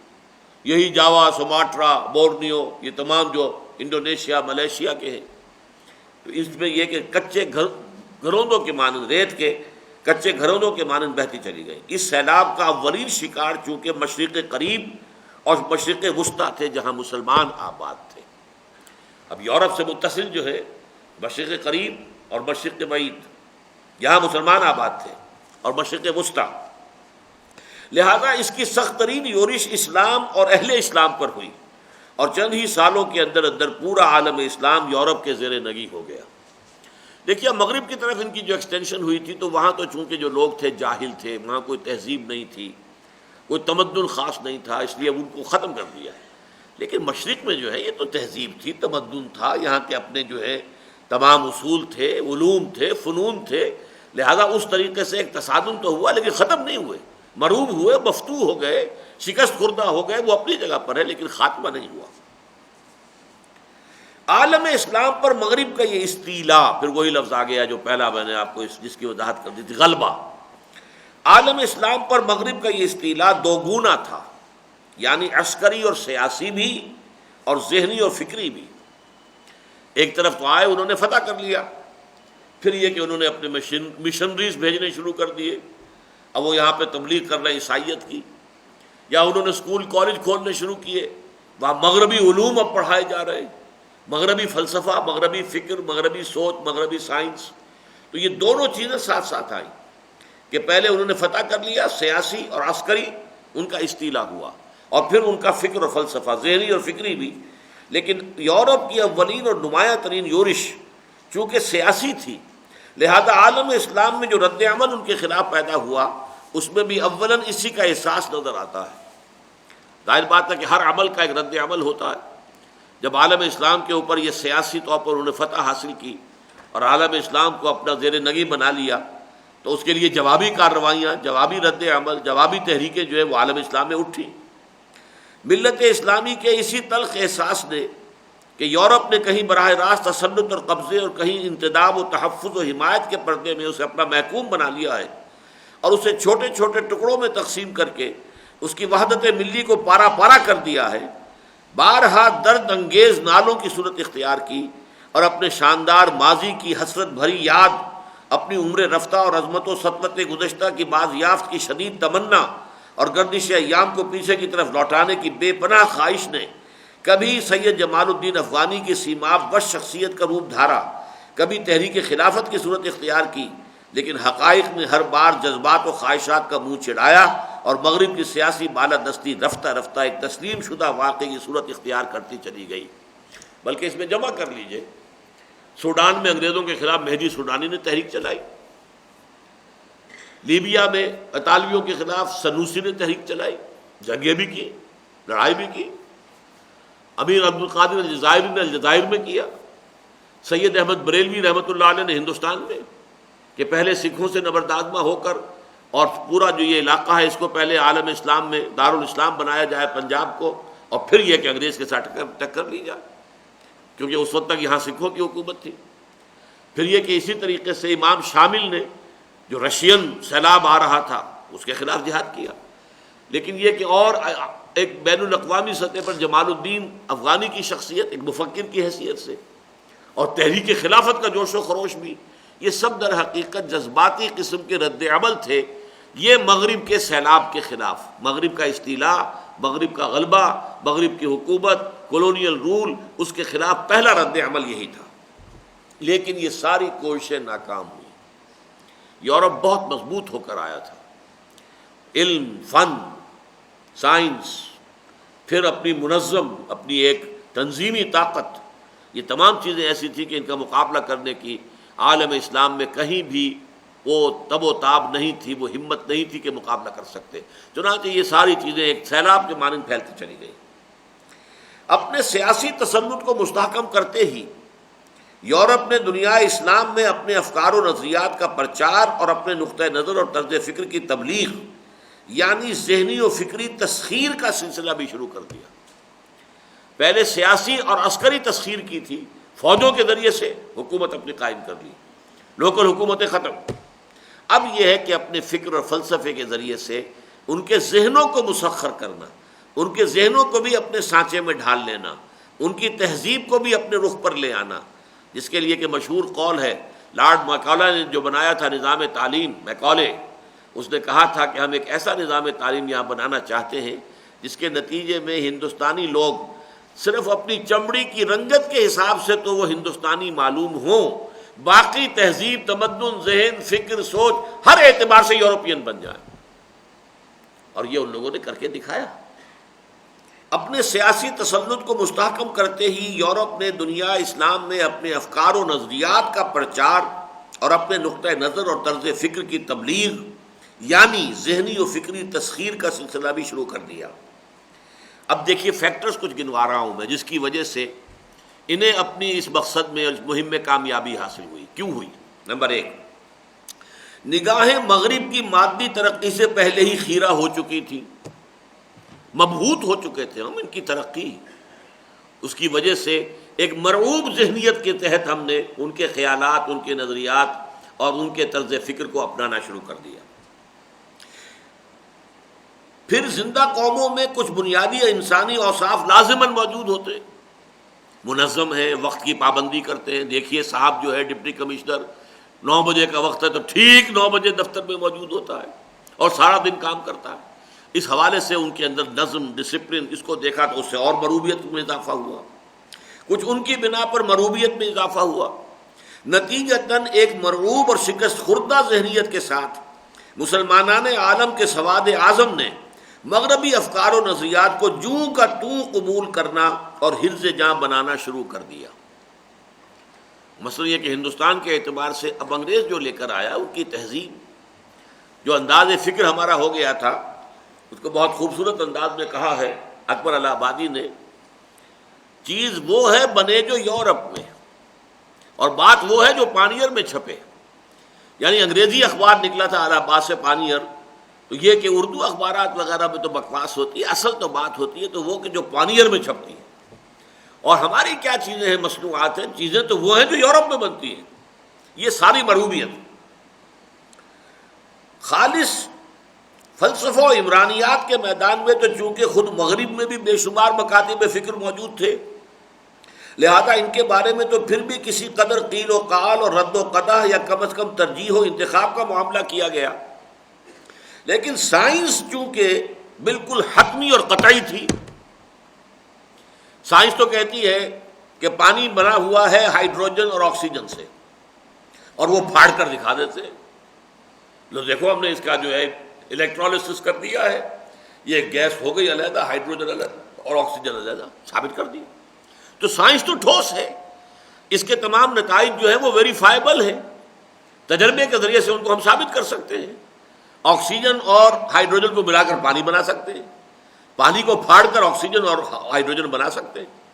اس لیے جہاں تک فکر اور فلسفے کا تعلق تھا، وہ میں نے عرض کیا کہ وہ تو چونکہ یورپ میں بھی بہت سے مکاتب فکر تھے، 11 تو گنوائے ہیں چشتی صاحب نے، لہذا کوئی کسی کی طرف زیادہ ہو گیا، کوئی لاجیکل پازیٹیوسٹ ہو گیا، کوئی ایگزسٹینشلسٹ ہو گیا، کوئی امپیریسسٹ ہو گیا، کوئی ایگنوسٹک ہو گیا، کوئی اسکیپٹک ہو گیا، وغیرہ وغیرہ وغیرہ وغیرہ. اگرچہ سب کا نقطہ نظر ایک ہی ہے، بنیادی نقطہ نظر وہی ہے کہ اس میں اصل اہمیت جو ہے کائنات کی ہے، خدا کی نہیں. اصل اہمیت باڈی اور میٹر کی ہے، روح کی نہیں.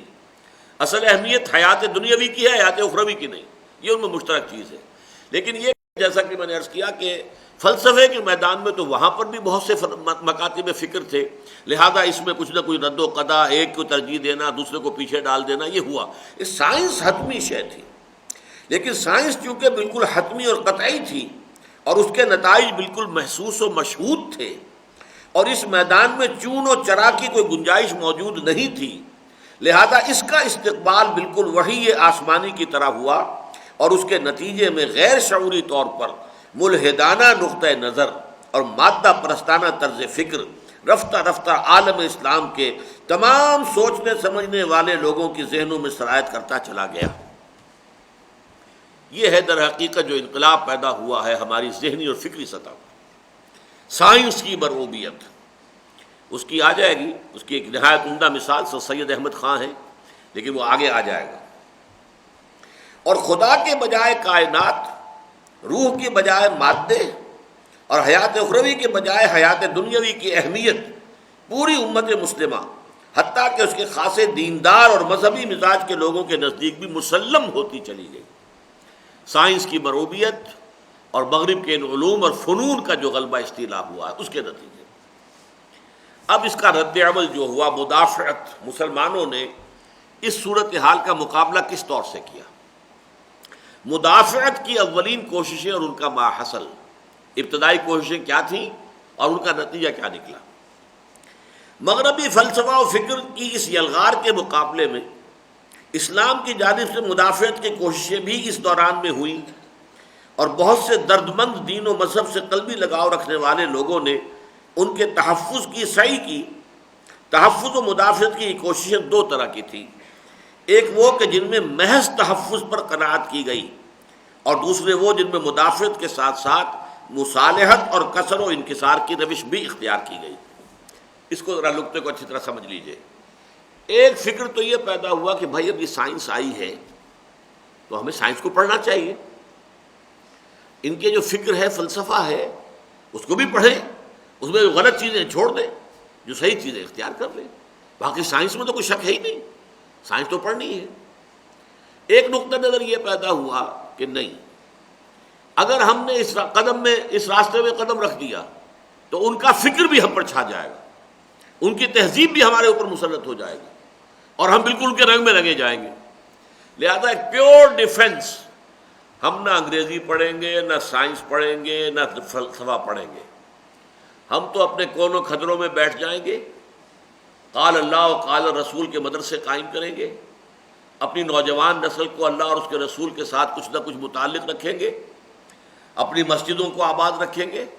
ہم تو یہ کام کریں گے. لیکن دوسری طرف یہ تھا کہ نہیں بھائی ایک نئی چیز ہے، you have to face the facts, حقیقت سے گریز کا تو کوئی فائدہ نہیں ہے، اب تو وہ آ گیا ہے۔ اگر کبوتر جو ہے وہ اپنی آنکھیں بند کر لے، بلی کو نہیں دیکھنا چاہتا، تو بلی معدوم تو نہیں ہو جائے گی، بلی تو جھپٹے گی اس کے اوپر، لیکن وہ دیکھنا نہیں چاہتا، بلی کو آنکھیں بند کر لیتا، تو آنکھیں بند کرنے سے بچت تو نہیں ہوگی۔ تم اگر اپنے آپ کو اس طریقے سے اپنے کہیں کونوں خطروں میں محصور کر کے بٹھا لو گے تو اس سے یہ سیلاب جو آ رہا ہے یہ تو نہیں رکے گا۔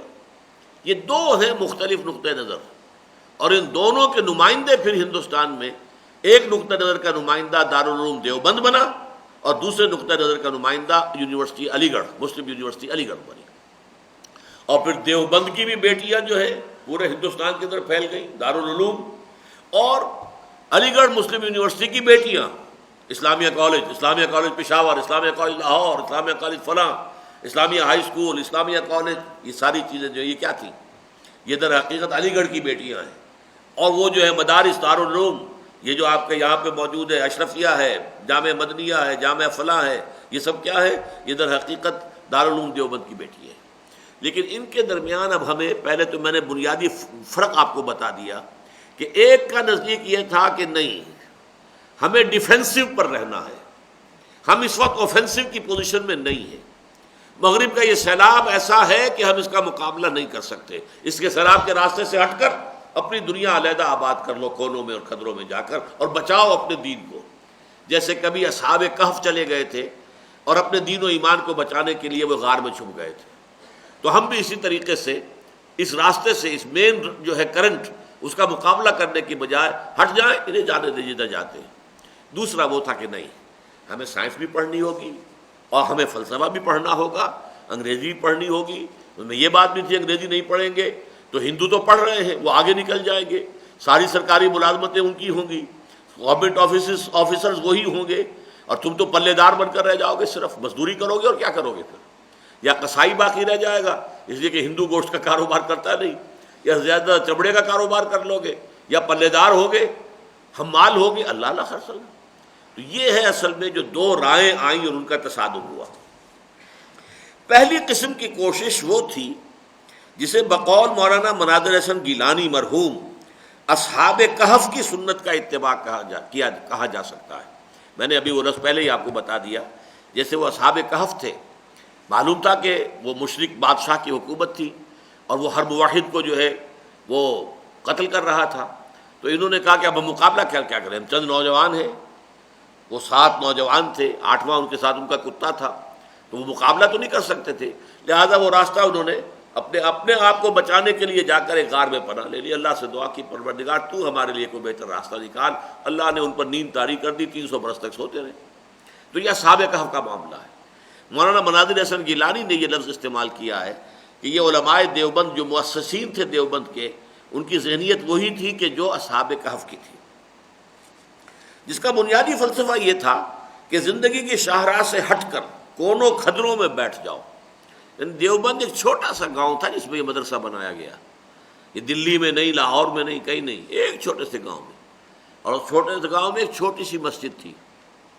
اس چھوٹی سی مسجد میں کوئی کمرہ نہیں بنا تھا، ایک انار کا درخت تھا، اس انار کے درخت کے نیچے ایک استاد ایک شاگرد سے دیوبند شروع ہو گئے، دونوں کا نام محمود، استاد کا نام بھی محمود اور شاگرد کا نام بھی محمود۔ اور جو شاگرد تھے، یہ پہلے دارالعلوم دیوبند کے پہلے شاگرد، پہلے طالب علم محمود حسن، اور وہی ہیں جو پھر شیخ الہند بنے ہیں، جنہیں میری رائے میں جنہیں میں سمجھتا ہوں کہ وہ 14ویں صدی ہجری کے مجدد اعظم تھے رحمۃ اللہ علیہ۔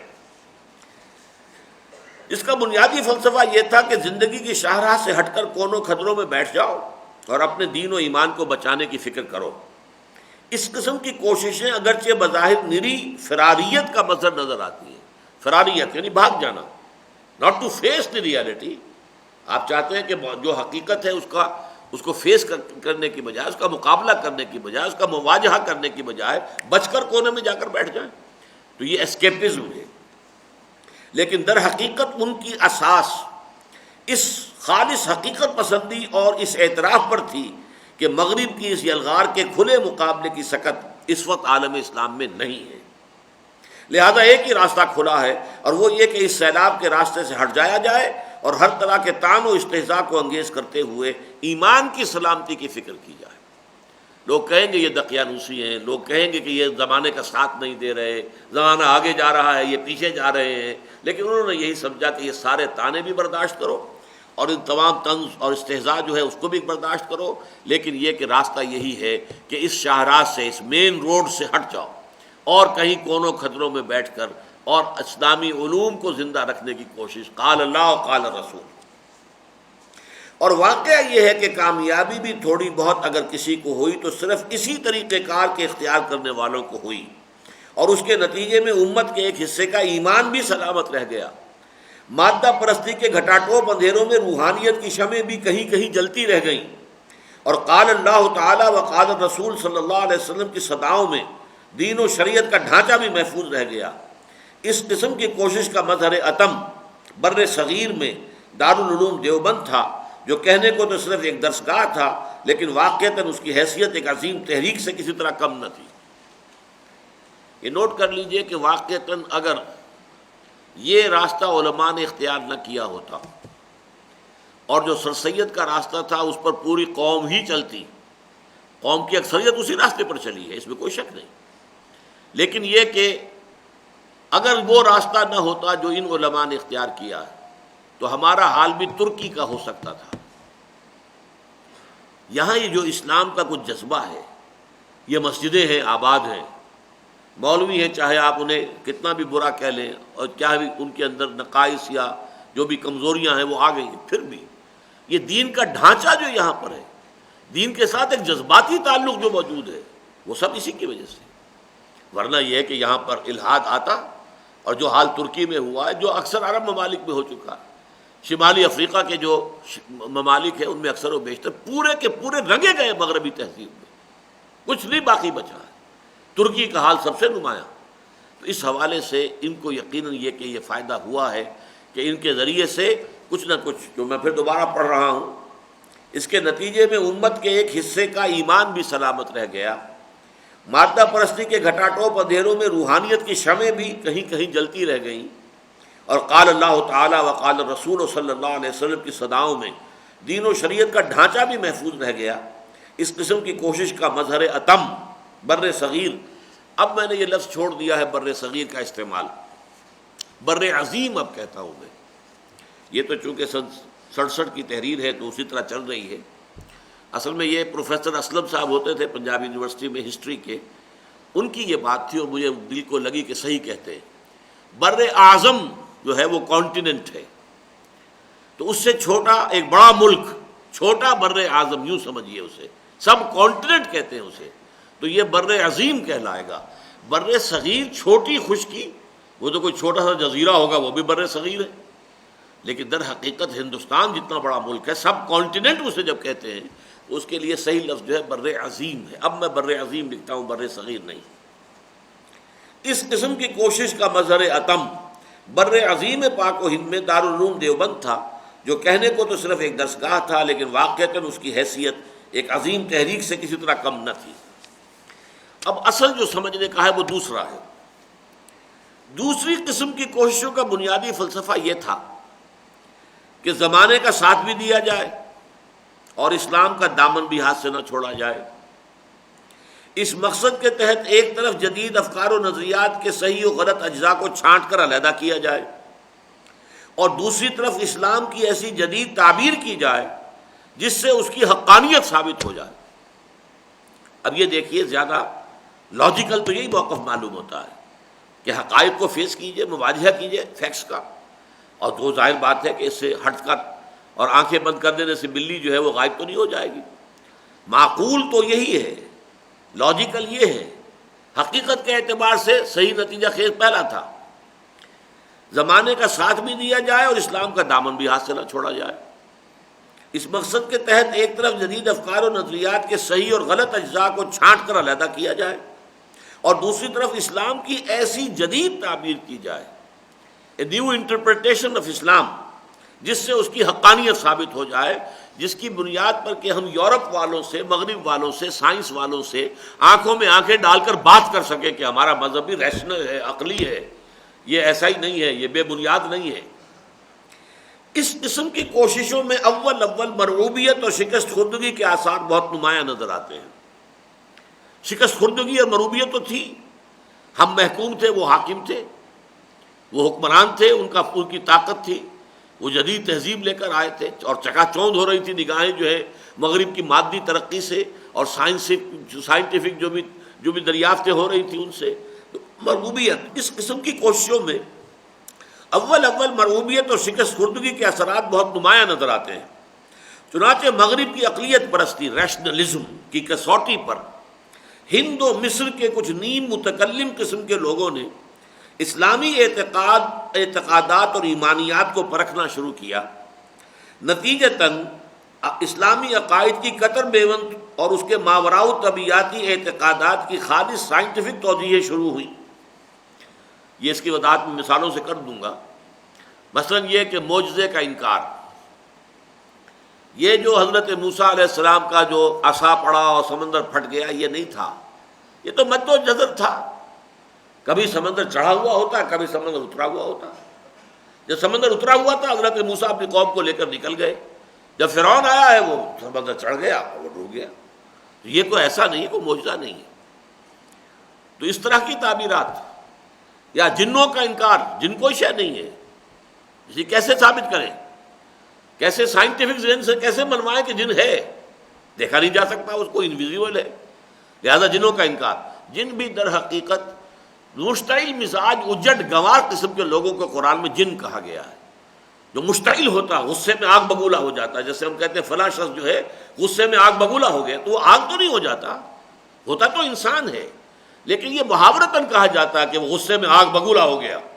اسی طرح کہہ دیا گیا ہے کہ جنوں کو آگ سے پیدا کیا گیا، یعنی ان کی سرشت کے اندر جو ہے وہ بہت اشتعال پسندی ہے، اشتعال پذیری بہت ہے۔ فرشتہ کسی شے کا نام نہیں ہے، فرشتہ کوئی نہیں ہے۔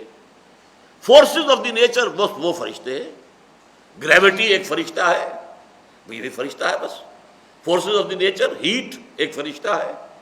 اس طریقے سے جتنی بھی جو بھی فینومینا ہے فزیکل، ان کو جو کنٹرول کر رہے ہیں لاس، وہ در حقیقت جو فورسز ہیں وہ فرشتے ہیں۔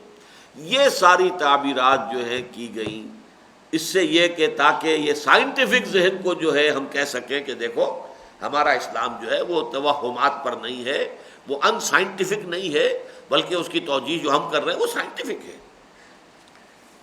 نتیجتاً اسلامی عقائد کی قطر بیوند اور اس کے ماوراء طبیعیاتی اعتقادات، ماوراء طبیعیاتی چیزیں کیا تھیں؟ اللہ، ذات و صفات باری تعالی، پھر ماورائی میں ملائکہ، جنات، جو کہ ہمارے مادی معاملے کے اندر نہیں آتے، ہماری سائنٹیفک جو بھی ریسرچ اور سٹڈی ہے اس کے دائرے میں نہیں آتے۔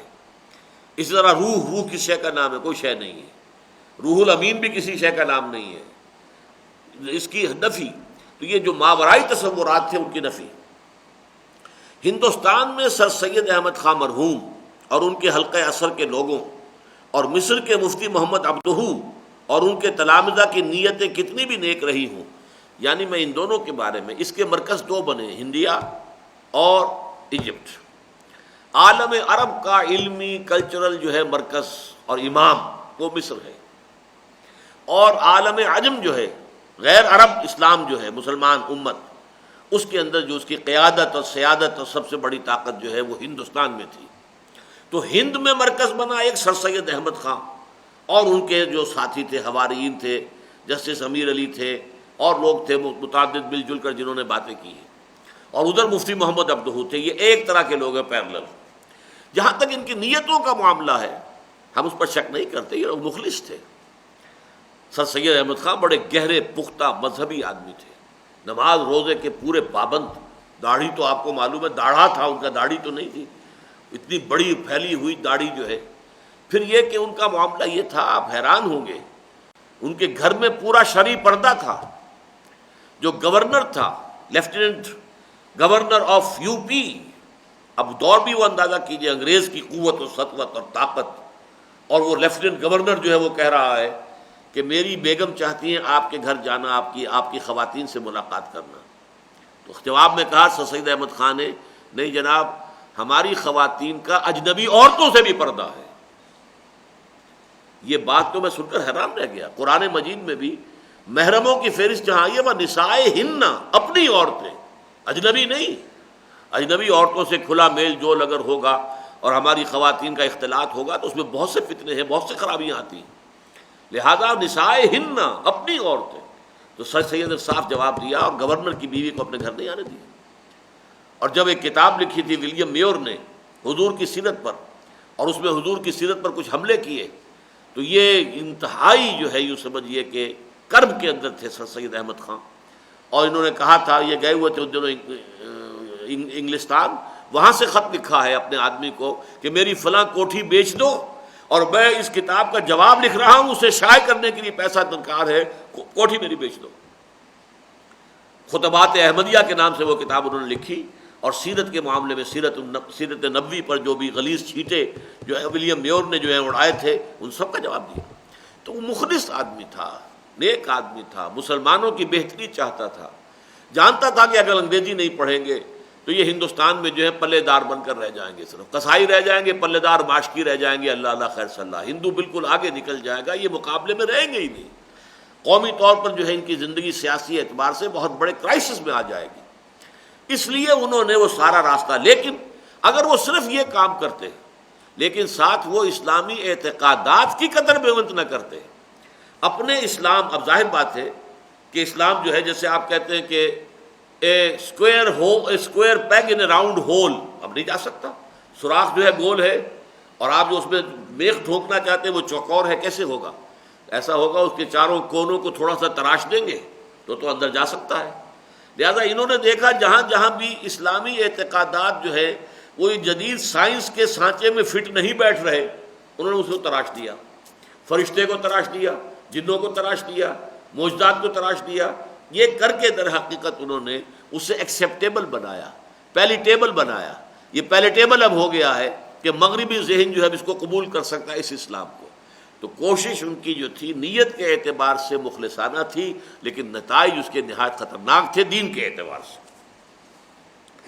ہندوستان میں سر سید احمد مرحوم اور ان کے حلقہ اثر کے لوگوں اور مصر کے مفتی محمد عبدہ اور ان کے تلامذہ کی نیتیں کتنی بھی نیک رہی ہوں اور انہوں نے کتنے ہی خلوص کے ساتھ اس کی کوشش کی ہو کہ اسلام کی جدید تعبیر اور ماڈرن توجیہ کر کے اسے اس قابل بنایا جائے کہ وہ زمانے کا ساتھ دے سکے اور اس کے حلقہ بگوش اسے اپنے ساتھ لے کر ترقی کی اس راہ پر گامزن ہو سکے جسے یورپ نے اختیار کیا تھا، لیکن یہ بہرحال امر واقعہ ہے کہ ان کی ان کوششوں سے دین و مذہب کی جان نکل کر رہ گئی اور مغرب کی مادہ پرستانہ ذہنیت کے تحت مذہب کا ایک کم و بیش لا مذہبی ایڈیشن تیار ہوا، جس کا اگر کوئی فائدہ ہوا تو صرف یہ کہ بہت سے ایسے لوگوں کو جو ذہن و فکر کے اعتبار سے ہی نہیں، تہذیب و تمدن کے اعتبار سے اور لحاظ سے بھی خالص یورپین بن چکے تھے، اپنے اوپر سے اسلام کا لیبل اتارنے کی ضرورت نہ پڑی اور وہ مسلم قومیت کے حلقے میں شامل رہ گئے، اور دین کا یہ جدید ایڈیشن ان کی جانب سے مغرب کی خدمت میں بطور معذرت پیش ہو گیا۔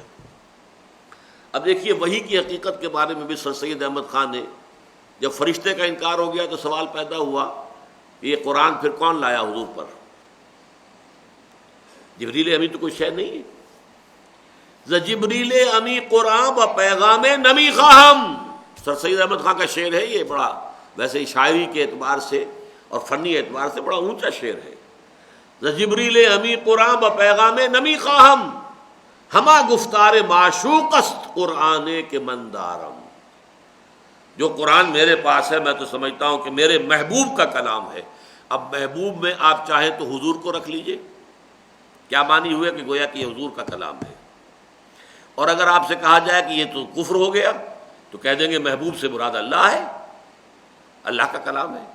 لیکن اللہ کا کلام جو ہے وہ محمد کی زبان پر خود بخود آیا ہے، کوئی فرشتہ لے کر نہیں آیا ہے، براہ راست اللہ کی طرف سے آیا ہے۔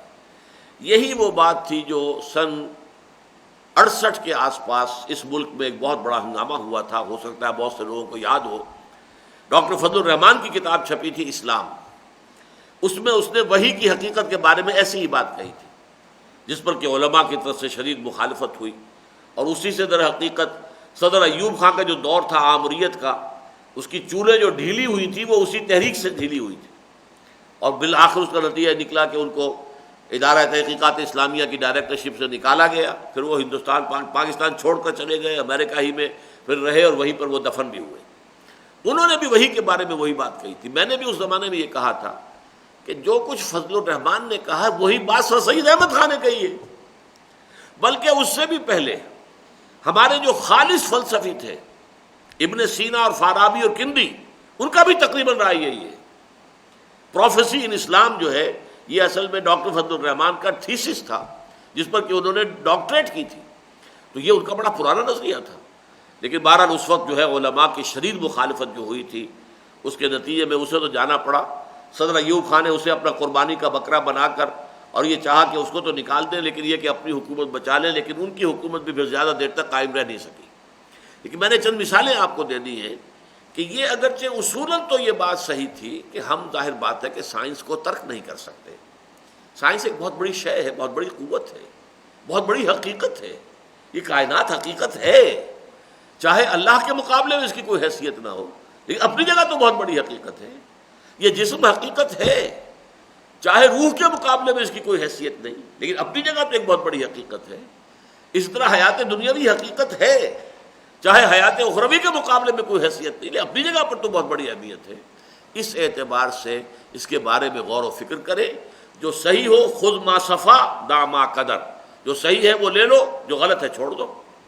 منطقی طور پر تو یہ بہت صحیح ہے، لیکن چونکہ مرعوب تھے بہت سی غلط چیزوں کو بھی لے کر اور ان کو بھی اس دین میں شامل کر دیا گیا، اور دین کی بہت سی صحیح چیزوں کو بھی کاٹ کر چھانٹ کر پھینک دیا گیا تاکہ وہ کمپیٹیبل ہو جائے سائنس کے ساتھ، اور سائنس کے اعتبار سے جو ہے اس کے اندر ایک جو ہے لاجک پیدا ہو جائے، تاکہ ہم یورپ کے سامنے کہہ سکیں کہ ہمارا مذہب جو ہے وہ سائنٹیفک مذہب ہے، اس کے اندر کوئی چیز جو ہے سائنس کے خلاف موجود نہیں ہے۔ ابھی تک ہم نے گفتگو کی تھی دو چیزوں کے بارے میں، فلسفہ و فکر کے مقابلے میں، اور اس میں ہم نے دیکھا تھا کہ پہلی جو کوشش کی کہ کائنات کا مطالعہ اور مادے کا مطالعہ۔ اب آئیے حیات دنیاوی کے بارے میں، علوم عمرانی کا ارتقاء۔ یہ جو لفظ ہے عمرہ اور عمر، جس کو ہم عربی زبان میں ایک مادے کے طور پر کہیں گے، اس کے معنی آباد ہونا۔ عمرہ بھی اس لیے کہتے ہیں عمرے کو کہ اس میں آبادی ہے۔ اصل میں حج کے موقع پر تو حرم جو ہے وہاں انسانوں کے ٹھاٹھے مارتے ہوئے سمندر ہوتے ہیں، لیکن اگر عمرہ نہ ہو تو باقی دنوں میں تو نظر ہو کہ وہاں پہ جو ہے خاک اڑ رہی ہے، لوگ نہیں ہوں گے۔ تو یہ عمرے کے نتیجے میں در حقیقت وہاں کی آباد کاری ہے، تو اس حوالے سے اس کو عمرہ کہتے ہیں۔ تو اسی طریقے سے انسان سوشولوجی سے ہم کہتے ہیں، مل جل کر لوگ رہتے ہیں، آباد ہیں اس دنیا میں، ان کی اس آبادی کے جو مسائل ہیں ان کے بارے میں جو علوم ڈیولپ ہوئے وہ علوم عمرانی کہلاتے ہیں۔ دی سوشل سائنسز، ایک فزیکل سائنسز ہے، فزکس ہے، کیمسٹری ہے، بایولوجی ہے، اسٹرانومی ہے، جیولوجی ہے، بے شمار آلوجیز ہیں، یہ وہ سب کیا ہیں؟ Physical sciences. ایک سوشل سائنسز ہے، پولیٹیکل سائنس ہے، اکنامکس ہے، سوشولوجی ہے، یہ تمام چیزیں کیا ہیں؟ یہ ہمارے سوسائٹی، ہمارے اس جو انسانی تہذیب اور تمدن ہے اس کے مختلف پہلوؤں کے بارے میں غور کرنے والے۔ تو یورپ میں جہاں سائنس کی ترقی ہوئی وہیں پر اب سوشل سائنسز ڈیولپ ہوئے، علوم عمرانی کا ارتقاء۔ جیسا کہ اس سے قبل عرض کیا جا چکا ہے، مغربی فکر کی اساس خدا، روح اور حیات بعد الممات کے عدم اقرار و انکار کے پردے میں در حقیقت انکار پر تھی۔ یہ جملہ نوٹ کر لیجئے، ہم پڑھ چکے ہیں کہ پہلے کہ بات یہ تھی کہ ہم نہ انکار کرتے نہ اقرار کرتے، اللہ ہے یا نہیں ہے، ہم نہ یہ کہتے ہیں کہ ہے نہ یہ کہتے ہیں کہ نہیں ہے۔ نتیجہ کیا نکلا؟ گویا کہ نہیں ہے، اس سے کوئی بحث ہی نہیں، اس کی کسی بات کی کوئی اہمیت ہی نہیں، اس کی طرف توجہ ہی نہیں، اس کی کوئی جو ہے وقت ہی نہیں۔ اسی طرح حیات اخروی ہے یا نہیں ہم نہیں کہہ سکتے، یہ عدم اقرار اور عدم انکار، لیکن نتیجہ انکار، کہ ساری توجہ اب دنیا کے اوپر لگے گی، حیات دنیاوی ہی اصل حقیقت ہے، وہ حیات اخروی دائرہ کار سے خارج ہو گئی۔ لہذا اس جملے کو پھر پڑھ لیجئے، جیسا کہ اس سے قبل عرض کیا جا چکا ہے، مغربی فکر کی اساس خدا، روح اور حیات بعد الممات کے عدم اقرار و انکار کے پردے میں در حقیقت انکار پر تھی، نتیجتاً انکار ہے۔ چنانچہ ایک طرف تو خدا کے بجائے کائنات اور روح کے بجائے مادہ تحقیق و جستجو کا مرکز و محور بنے، جس کے نتیجے میں سائنسی انکشافات و ایجادات و اختراعات کا سلسلہ شروع ہوا۔ اور دوسری طرف حیات اخروی سرے سے خارج از بحث ہو گئی. لائف آفٹر ڈیتھ چھوڑو اس کو، اب تو آرام سے گزرتی ہے، آخرت کی خبر خدا جانے، کیا پتہ نہیں ہے بھی کہ نہیں ہے. اور حیات دنیاوی گہرے غور و فکر اور شدید سوچ و بچار کا موضوع بنی، جس کے نتیجے میں مختلف عمرانی تصورات اور سیاسی و معاشی نظریات وجود میں آئے، اور ان کی تالیف و تدوین سے مختلف نظام ہائے حیات پہلے علمی و فکری سطح پر اور پھر عالم واقعہ میں ظہور پذیر ہونا شروع ہوئے. چنانچہ ازمنہ وسطیٰ کے جاگیرداری نظام فیوڈل سسٹم کے تحت جو سیاسی و معاشی ڈھانچہ عرصہ دراز سے دنیا میں رائج تھا، اس کی جگہ سیاسی میدان میں قوم پرستی، آمریت اور جمہوریت کا رواج ہوا، اور معاشی میدان میں سرمایہ داری اور سوشلزم برسر کار ہوئے، اور مختلف سیاسی و معاشی تحریکوں کا آغاز ہوا. اس کو پھر دوبارہ سمجھ لیجئے کہ جب حیات دنیاوی غور و فکر کا مرکز بن گئی تو ہماری حکومت کا نظام کیا ہونا چاہیے؟ سوال یہ بادشاہ لوگ کیسے بیٹھے ہوئے، بادشاہ بنے ہوئے، کس نے ان کو بادشاہ بنا دیا؟ Who are they؟ تمام انسان کو برابر ہونا چاہیے، تمام انسانوں کے جو معاملات ان کے اپنے ہاتھ میں ہونے چاہیے. ابھی نظریہ بن گیا کہ نہیں بن گیا؟ اسی نظریے کی بنیاد پر پھر جمہوری انقلاب آیا نہیں آیا؟ فرانس کا انقلاب آیا. اسی طرح یہ دولت کی تقسیم ہونی چاہیے. یہ کیا ہے؟ ایک غریب آدمی ہے، اس کے پاس جو ہے کھانے کے لیے دانے تک نہیں ہے، اور ایک ہے عیش کر رہا ہے. ایک کے کتوں کو وہ کچھ مل رہا ہے جو اس کے بیٹوں کو نہیں مل رہا، بچوں کو نہیں مل رہا. یہ تو نہیں ہونا چاہیے. یہ جو تصورات ہیں، اکنامکس کیا ہے، دولت کسے کہتے ہیں، دولت کیسے پیدا ہوتی ہے، اور پھر یہ کہ اس کے اندر کس کا کتنا حق ہے، لیبرر کا کتنا حق ہے. لیبرر کی لیبر ہے جس سے کہ پیسہ بنتا ہے، اور وہ جو کارخانے دار ہے اس کی ملائی ساری خود کھاتا ہے، اور اس کو صرف چھاچ کے اوپر رکھا دیتا ہے. اس کی تو صرف ڈیلی ویج مل گئی، اللہ اللہ خیر صلی اللہ، باقی اس کی محنت نہ ہوتی تو کیسے کمائی کر لیتا. یہ ساری چیزیں جو چلی ہیں یورپ کے اندر، تو اس کے مختلف نظریات سامنے آئے. نیشنلزم، ایک ملک کے رہنے والوں کو ایک قوم ہونا چاہیے. اسی میں آمریت، ایک لیڈر ایسا ہونا چاہیے جس کا حکم سب مانے تاکہ قوم جو ہے وہ تکڑی ہو جائے. آپ کو معلوم ہے فاشزم اور ہٹلر کا نظام، نازیزم، اور جو بھی دوسرا اٹلی کے اندر جو کھڑا ہوا بہت بڑا جو ڈکٹیٹر تھا، یہ سب کیا، یہ تمام تصورات. اور ہر چیز کے لیے پھر جب ڈائلیکٹیکل میٹیریلزم کی بنیاد پر مارکسزم ایک فلسفے کے طور پر سامنے آیا، اس کی بنیاد پر انقلاب آیا فرانس کے اندر، اس کے اندر روس کے اندر بولشوک ریولوشن. یہ کھچڑی جو ہے، اس کو میں نے یہاں اس جملے میں بیان کیا ہے کہ جب توجہ ہو گئی حیات دنیاوی پر تو اس کے مسائل پر غور و فکر شروع ہوا، اس کے بارے میں نظریات وجود میں آئے، ان نظریات کی بنیاد پر تحریکیں چلی، ان تحریکوں کے نتیجے میں انقلابات آئے، اور مختلف نظام ہائے حیات کا تصور پیدا ہوا. جیسے آج امریکہ کہتا ہے کہ ہمارا نظام بہترین ثابت ہو گیا اس لیے کہ کمیونزم جو ہے فیل ہو گیا. وہ دیکھو مرا پڑا ہے کمیونزم. معلوم ہوا ہمارا نظام اور ان کا نظام کیا ہے، اس میں سیکولرزم ہے، ڈیموکریسی ہے اور کیپٹلزم ہے. تین چیزوں سے ملا ہوا ان کا ایک نظام ہے. سیکولرزم کہ مذہب کا کوئی تعلق سیاست سے نہیں، ریاست علیحدہ ہے، مذہب علیحدہ ہے، نمبر ایک. نمبر دو ڈیموکریسی، لوگوں کے ہاتھ میں اختیار ہے، وہ ووٹ دیں گے، جس کو ووٹ دیں گے وہی حکومت کرے گا، وہ صدر ہوگا، اور اسی کے ہاتھ میں اختیارات ہوں گے، وہی پارلیمنٹ چنیں گے، وہی کانگریس کا انتخاب کریں گے، وغیرہ وغیرہ. اور کیپٹلزم، پیسہ اور سود کی بنیاد پر کاروبار چلے گا، کارخانے لگیں گے، بڑے بڑے بزنس ہوں گے، اور اس سے یہ ہے کہ ہماری معیشت جو ہے فری مارکیٹ اکانومی اور ڈیمانڈ اینڈ سپلائی کی بنیاد پر قیمتوں کا فکس ہونا. یہ ساری چیزیں ہائر اینڈ فائر، یہ تمام چیزیں جو ہیں یہ کیپٹلزم کے جو اجزاء ہیں. تو یہ نظام بنے دنیا کے اندر، اور تحریکیں چلیں، کہیں نازی تحریک چل رہی ہے، کہیں بولشوک موومنٹ چل رہی ہے، جس کے نتیجے میں روس میں انقلاب آ رہا ہے. اس سے پہلے فرانس میں انقلاب آیا تھا، شہنشاہیت ختم ہو گئی، ورنہ اس سے پہلے کیا تھا، پوری دنیا میں ایک ہی نظام تھا، فیوڈل سسٹم. اوپر بادشاہ ہے، بادشاہ کے نیچے منصبدار ہیں. جیسے کہ مغلیہ کیا تھا، 30,000 منصبدار، 20,000 منصبدار، 10,000 منصبدار، 5,000 منصبدار، بڑے بڑے جاگیردار ہوتے تھے یہ. اور ان کی ڈیوٹی یہ ہوتی تھی، تمہیں 20,000 سپاہی اپنے پاس رکھنے ہوں گے تیار، جب بھی ہم بلائیں گے فوراً لے کر آنا ہوگا. اس کے لیے اتنا بڑا علاقہ ہم تمہیں دے دیتے ہیں، اس کے تمام کسانوں سے خراج تم لو، ان سے جو بھی لگان ہے وہ تم وصول کرو، اس سے تم اپنا خرچہ بھی چلاؤ اور اپنی جو فوج تمہیں مینٹین کرنی اس کا خرچہ چلاؤ، اسی میں سے ہمارے پاس بھی بھیجو تاکہ ہمارے عیش جو ہیں اور ہمارے محل کے جو اخراجات ہیں وہ بھی پورے ہوں۔ یہ نظام تھا پوری دنیا میں۔ یورپ میں لارڈز اینڈ بیرنز، یہ بڑے بڑے جاگیردار، ان کے اوپر بادشاہ صاحب بیٹھے ہوئے ہوتے تھے۔ ہندوستان میں اسی طریقے سے بادشاہ ہے اور اس کے نیچے یہ جاگیردار اور یہ بڑے بڑے منصبدار جو ہیں بیٹھے۔ لیکن اس کے بعد جب غور کیا لوگوں نے انسانی زندگی کے نظام کے بارے میں اور اس میں کچھ ویلیوز کہ کچھ انصاف ہونا چاہیے بھائی، کوئی برابری ہونی چاہیے، تمام انسان برابر ہیں، یہ کیا کوئی حاکم ہے کوئی محکوم ہے اور کوئی ہیوز میں ہے کوئی ہیو ناٹس میں ہے، کوئی بھوکا مر رہا ہے اور کسی کو کھا کھا کر بدہضمی ہو گئی ہے، یہ شکل نہیں ہونی چاہیے۔ اس کے نتیجے میں پھر یہ سارے نظریے اور یہ سارے نظام اور ان نظاموں کو قائم کرنے کے لیے تحریکیں چلی۔ تو ان تین الفاظ کو اچھی طرح نوٹ کر لیجیے، تب اگلی بحث کی طرف ہم بڑھیں گے۔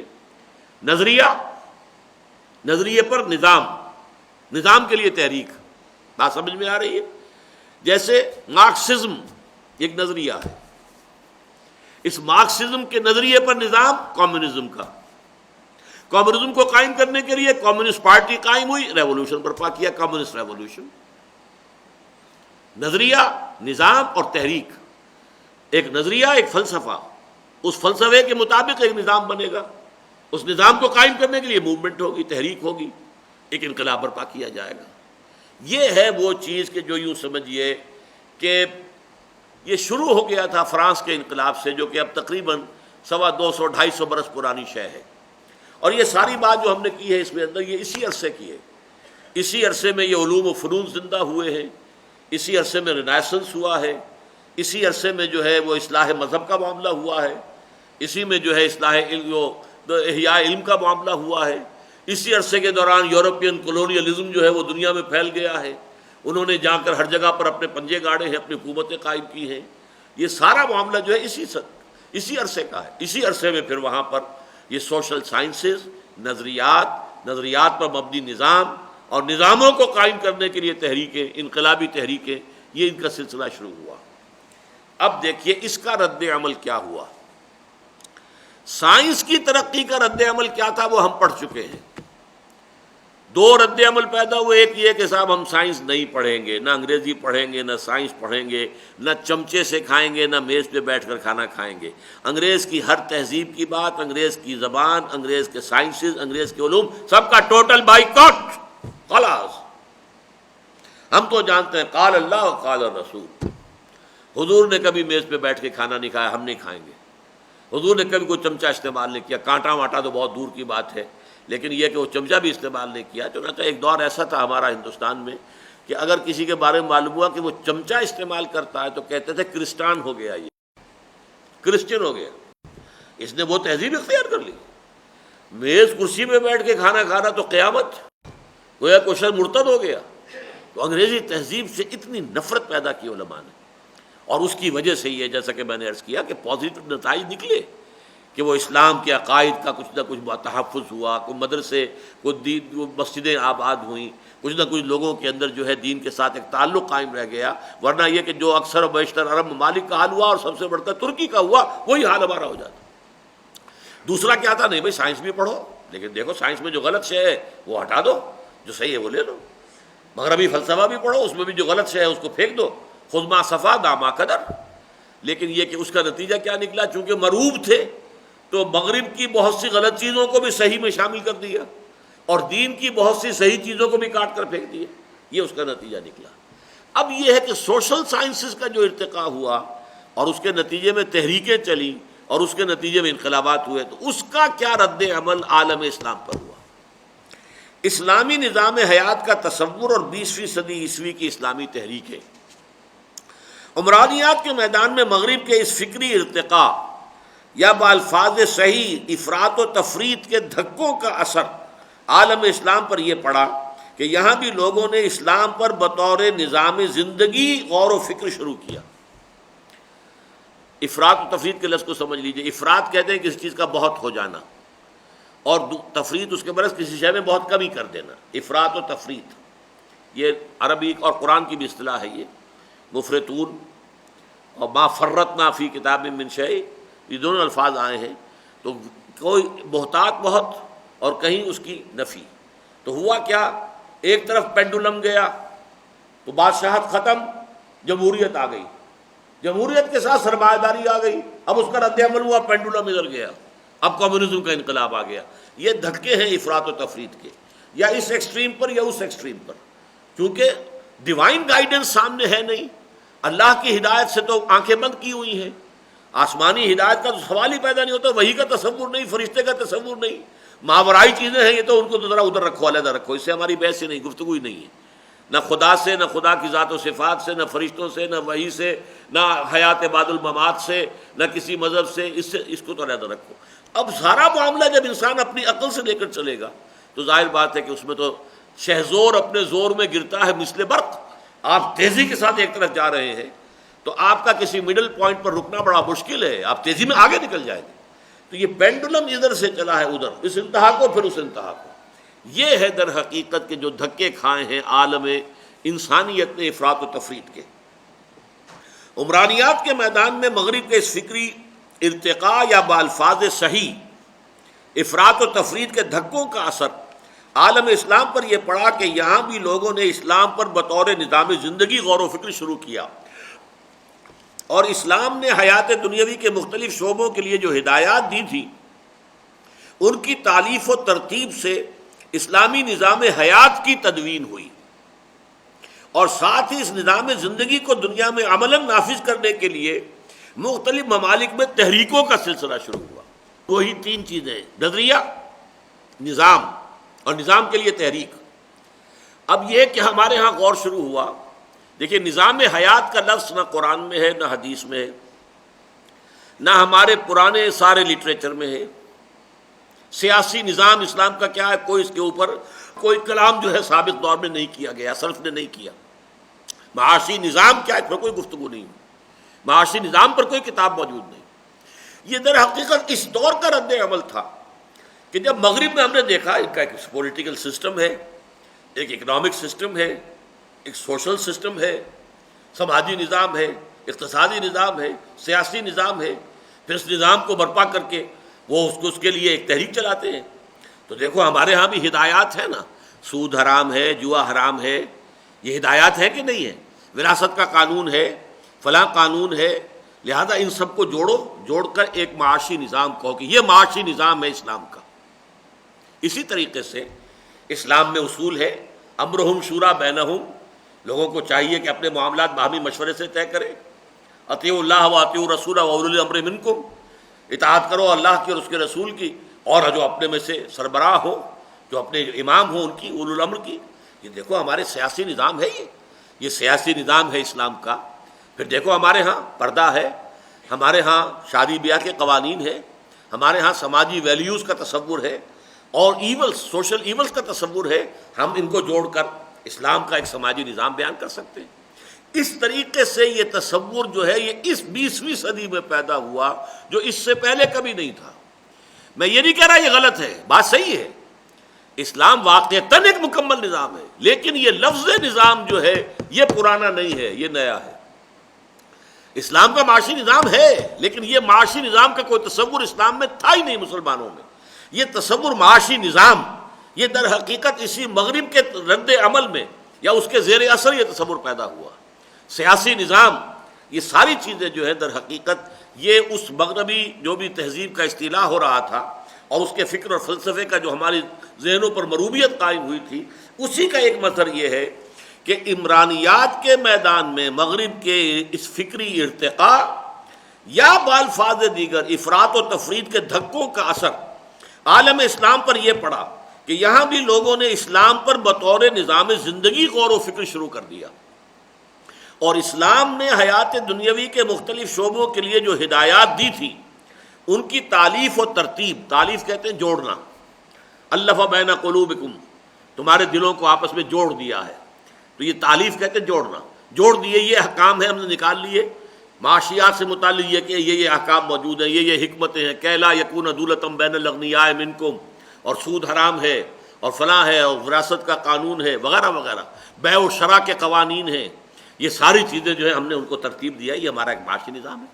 ہے صحیح ہے، لیکن اس طرز فکر کی بنیاد کیا ہے؟ وہ در حقیقت مغرب کے اس طرز کا ایک اثر ہے کہ جو ہم نے قبول کیا ہے۔ اسلام نے حیات دنیاوی کے مختلف شعبوں کے لیے جو ہدایات دی تھی، ان کی تالیف و ترتیب سے اسلامی نظام حیات کی تدوین ہوئی، اور ساتھ ہی اس نظام حیات کو دنیا میں عملاً نافذ کرنے کے لیے مختلف ممالک میں تحریکوں کا سلسلہ شروع ہوا۔ 20ویں صدی عیسوی کی یہ اسلامی تحریکیں جو انڈونیشیا سے مصر تک متعدد مسلمان ممالک میں تقریباً ایک ہی وقت میں شروع ہوئی، یہ عجیب فنومینن ہے ہسٹوریکلی۔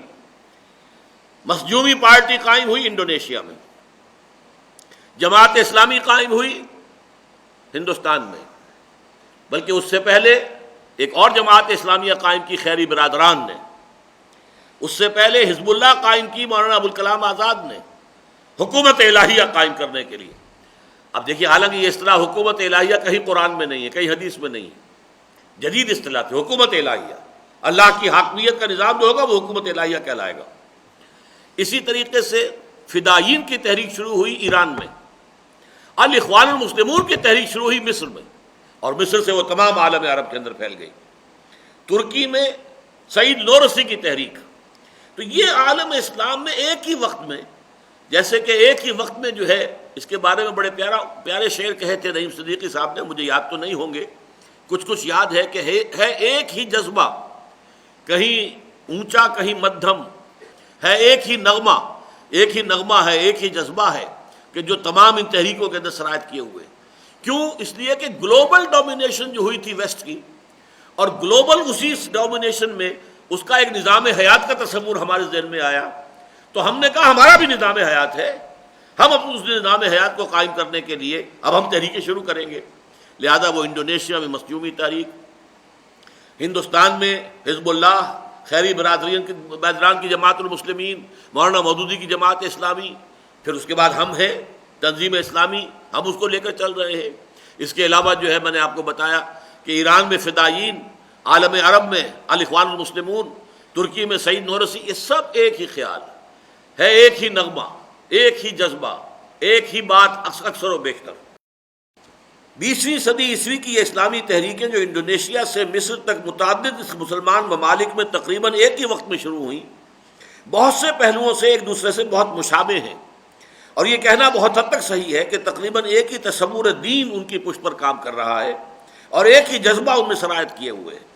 پھر یہ بھی صحیح ہے کہ ان کی وجہ سے عالم اسلام میں اسلام پر کم از کم ایک بہتر ضابطۂ حیات ہونے کے اعتبار سے عمومی اعتماد میں اضافہ ہوا ہے۔ آج انہی تحریکوں کے نظر اثر در حقیقت ہمارا عام نوجوان جو ہے ہی فیلز کانفیڈنٹ، میں خالی ہاتھ نہیں ہوں، میرے پاس ایک نظام ہے، ہمارا ایک نظام ہے، ہماری تہذیب ہے، ہمارا تمدن ہے، ہمارا سیاسی نظام ہے، ہمارا معاشی نظام ہے۔ یہ چیز جو ہے ایک پازیٹیو گین ہے جو ہمیں حاصل ہوا ہے ان تحریکوں کے نتیجے میں، کہ اس سے ہمارے لوگوں میں ایک خود اعتمادی پیدا ہوئی۔ اس میں سب سے بڑا کام علامہ اقبال نے کیا، سب سے مؤثر، لیکن یہ کہ مولانا مودودی کی تحریروں نے بڑا کام کیا ہے، اس لیے کہ سلیس انداز میں لکھتے تھے، بہت ہی عام فہم انداز میں لکھتے تھے۔ انہوں نے جس طرح اسلام کا معاشی نظام، اسلام کا سیاسی نظام، اسلام کا سماجی نظام، پردہ نام کی کتاب ان کی، سود نامی کتاب ان کی، یہ ساری چیزیں بہت ہی مارکت الآراء ہیں، اور اس کے زیر اثر بلکہ اس میدان میں کچھ کام اوروں نے بھی کیا ہے جو ویسے منکرین سنت تھے، لیکن انہوں نے کہا اسلام دین ہے، مذہب نہیں ہے۔ یہ غلام احمد پرویز نے بھی کیا ہے، چاہے ہمیں اس کی جو حدیث کے بارے میں اس کا جو موقف ہے اس سے شدید اختلاف ہے، ہم اسے گمراہوں میں شمار کرتے ہیں، لیکن یہ ہے کہ یہ بات کہ اسلام مذہب نہیں ہے، دین ہے، یہ مکمل نظام ہے، یہ اپنا استیلا چاہتا ہے، غلبہ چاہتا ہے۔ اسلام دین ہوتا ہی اس وقت ہے جب کہ وہ غالب ہو، جب اسلام مغلوب ہو جائے تو وہ مذہب بن جاتا ہے، وہ دین رہتا ہی نہیں۔ پھر یہ بھی صحیح ہے کہ ان کی وجہ سے عالم اسلام میں اسلام پر کم از کم ایک بہتر ضابطۂ حیات ہونے کے اعتبار سے عمومی اعتماد میں اضافہ ہوا ہے، اور نوجوان نسل کے ذہنوں سے مغرب کی عام مرغوبیت میں بحیثیت مجموعی کمی واقع ہوئی۔ وہ جو تھی پچھلی صدی میں سر سید کے زمانے میں جو مرغوبیت تھی، وہ مرغوبیت پھر 20ویں صدی میں نہیں رہی، اس میں کمی ہو گئی۔ اس مرغوبیت کی کمی کے کچھ اور اسباب بھی ہیں، اور یہ بہت اہم حصہ ہے میری اس بحث کا، یہ 1 2 3 کر کے نوٹ کیجئے۔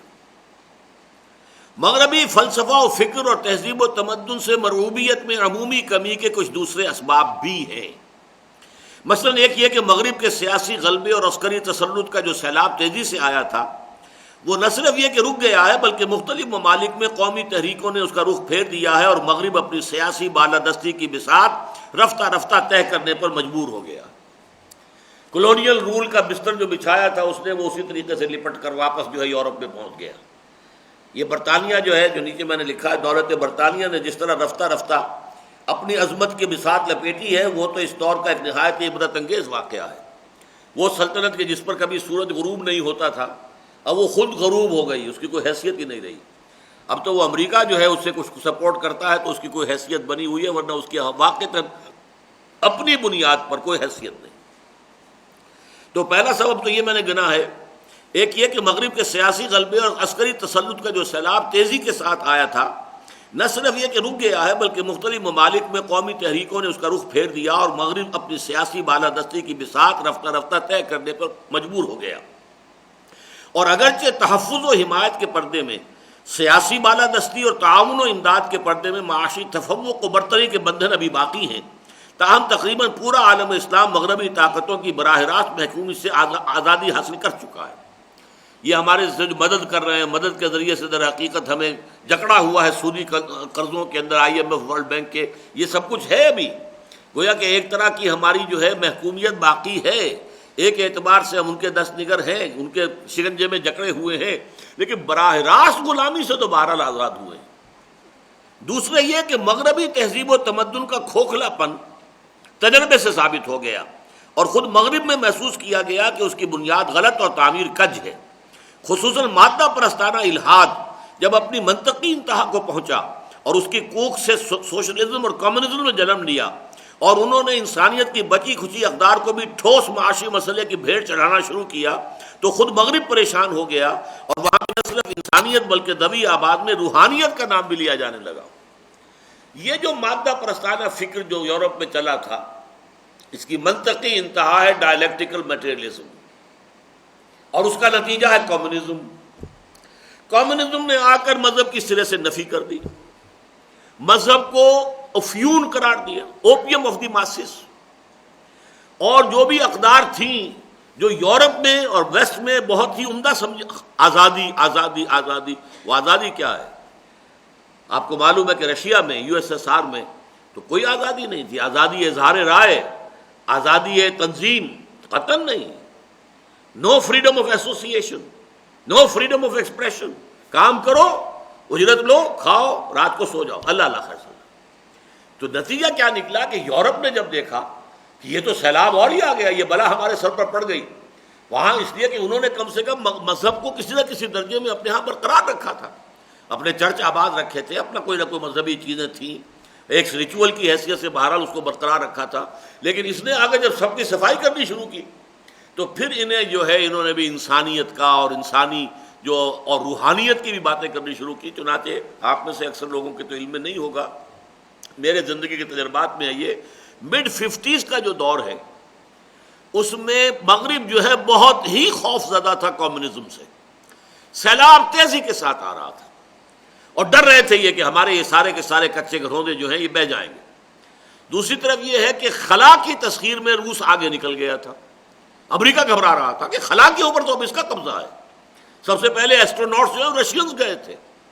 تو کمیونزم کا راستہ روکنے کے لیے امریکہ نے ملینز کی تعداد میں قرآن مجید کا ترجمہ شائع کیا، دی گلوریس قرآن، بڑے خوبصورت ٹائٹل کے ساتھ، محمد باربیڈیو پکتھال کا ترجمہ، گیتا کا ترجمہ شائع کیا، اپنشدز کا ترجمہ شائع کیا اور تقسیم کیا ہندوستان میں اور پاکستان میں اور ہر جگہ انگریزی۔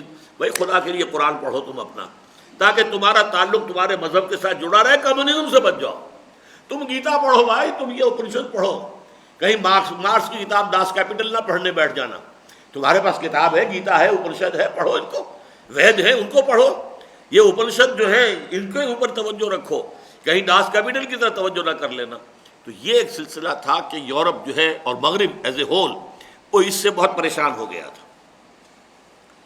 تیسرے یہ کہ نہ صرف یہ کہ خود سائنس کی قطعیت اور حتمیت ختم ہو گئی اور کچھ نئے نظریات نے نیوٹن کی طبیعیات اور اقلیدسی ہندسے کی بنیادیں بالکل ہلا کر رکھ دی، بلکہ خود مادہ ٹھوس نہ رہا بلکہ تحلیل ہو کر محض قوت محض کی صورت اختیار کر گیا۔ یعنی سائنس کے بھی یہ دو دور ہیں۔ پہلا دور تھا نیوٹن کا۔ نیوٹن کے دور کے اصول کیا تھے؟ میٹر از انڈسٹرکٹیبل، میٹر کو ختم نہیں کیا جا سکتا، ابدی ہے، ابدی۔ نمبر دو، میٹر از انڈسٹرکٹیبل اور میٹر علیحدہ ہے، انرجی علیحدہ ہے، یہ کیٹیگریز علیحدہ ہے، انرجی از ڈفرنٹ اور میٹر از ڈفرنٹ۔ لیکن اس کے بعد سائنس نے ایک قدم آگے بڑھایا، میٹر بھی انرجی ہی کی ایک شکل ہے، میٹر کو انرجی میں کنورٹ کیا جا سکتا ہے، energy can be converted into matter, اور میٹر ختم کیا جا سکتا ہے۔ یہ سائنس ریلیٹیوٹی کی تھیوری آئی، جس سے معلوم ہوا قطعی چیز کوئی ہے ہی نہیں، حتمی شے کوئی ہے ہی نہیں۔ اس سے وہ سائنس کا رعب جو تھا، جو سر سید کے زمانے میں تھا، یقیناً اس رعب کے اندر کمی آ گئی۔ اب سائنس اس طرح کی حتمی شے نہیں رہی کہ اس کی چیزیں جو ہیں وہ تو قطعی ہیں، جیسے کہ آسمانی وحی کے اوپر ایمان ہونا چاہیے، ایسے سائنس پر ایمان ہونا چاہیے۔ نیوٹن کی طبیعت، نیوٹونین فزکس اور یوکلیڈین اقلیدسی، یوکلیڈین ٹریگنومیٹری اینڈ جیومیٹری، اس کی بنیادیں جو ہے وہ ختم ہوئیں، بلکہ خود مادہ ٹھوس نہ رہا اور تحلیل ہو کر محض قوت کی حیثیت اختیار کر گیا۔ چنانچہ ما وراء طبیعاتی عقائد کا اقرار نسبتاً آسان ہو گیا۔ پہلے اس وقت کیفیت جو تھی مادہ پرستی کی، اس کے بنا پر میٹا فزکس کو ماننا بڑا مشکل تھا۔ اب جب میٹر اور فزکس کی مروبیت میں کمی ہوئی تو میٹا فزکس جو ہے اسے گویا کہ ایک طرح سے ریلیف حاصل ہوا، اور اب ماورائی عقائد جو ہے ان کو ماننا نسبتاً آسان ہو گیا، اور مذہب کو بحیثیت مجموعی کسی قدر سہارا ملا۔ چوتھے یہ کہ مختلف مسلمان ممالک میں جب آزادی اور خود اختیاری کے حصول کے لیے قومی تحریکیں اٹھی تو چونکہ مسلم قومیت کی اساس بہرحال مذہب پر ہے، لہذا جذبہ قومی کی انگیخت کے لیے لامحالہ مذہبی جذبات کو اپیل کیا گیا، جس کی سب سے بڑی مثال پاکستان ہے۔ تحریک آزادی کے لیے پاکستان کا مطلب کیا؟ لا الہ الا اللہ۔ الجزائر میں وہ لڑ رہے تھے فرانس کے خلاف آزادی حاصل کرنے کے لیے، اسے جہاد فی سبیل اللہ کہا گیا، حالانکہ وہ جہاد فی سبیل اللہ نہیں تھا، وہ جہاد حریت تھا، آزادی کی جنگ تھی۔ یہی وجہ ہے کہ جب وہ جنگ کامیاب ہوئی تو اس کے نتیجے میں سوشلسٹ ریاست قائم ہوئی۔ جہاد فی سبیل اللہ ہوتا تو اسلامی ریاست قائم ہوتی۔ پاکستان کا مطلب کیا؟ لا الہ الا اللہ، جس سے احیاء اسلام کے تصور کو تقویت پہنچی۔ یعنی جب یہ تصورات پیدا ہوئے، آزادی کی تحریکوں میں مذہب کا نعرہ لگا، تو اس سے یہ کہ دل میں ایک امنگ پیدا ہوئی کہ ہمیں اب اسلام کو زندہ کر کے واقعتاً ایک نظام کی حیثیت سے دنیا میں قائم کر کے دکھانا چاہیے۔ یہ 4 فیکٹرز اضافی ہیں جس کے نتیجے میں جو سائنس کی مروبیت تھی اس کے اندر کمی واقع ہوئی ہے، اور مغربی تہذیب کے اعتبار سے بھی اس کی مروبیت میں کمی واقع ہوئی ہے۔ بارک اللہ لی و لکم فی القرآن العظیم ونفعنی وإیاکم بالآیات والذکر الحکیم۔